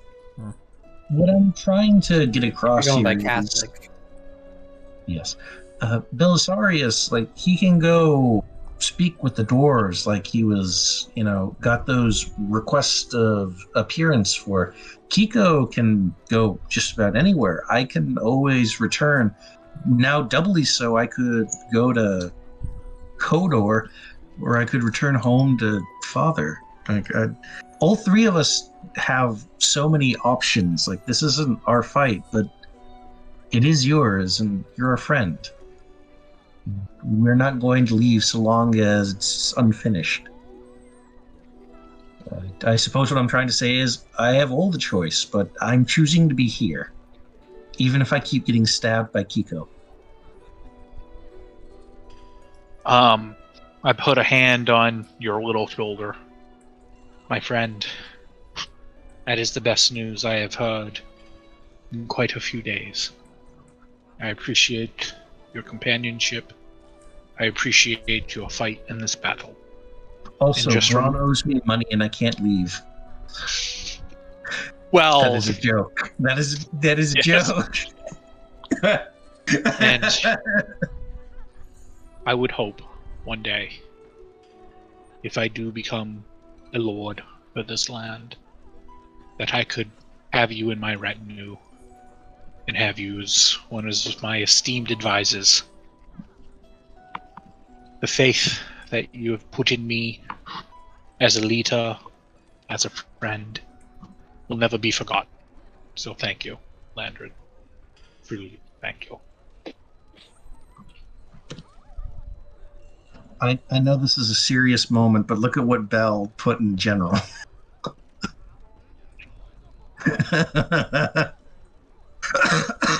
Why didn't you dodge?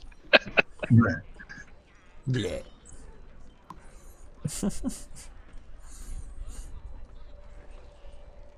Yeah, on that note, the long rest begins, and our session today ends. Dun dun dun dun dun. That was a pretty good session, guys. Yeah, We had a I enjoyed party. that. That was or the that was a good RP session. Very nice. the after battle session. We avoided a very unfortunate conversation because we're friends. The conversation would have been, "Hey, I don't like the way you cut his tongue off. Do it again, and I'll burn your face off with a soldering torch." I don't remember the Christopher Walken line, but hopefully you all know what I'm talking about. I don't, but I am not. I am an uncultured swine when it comes to many movie references.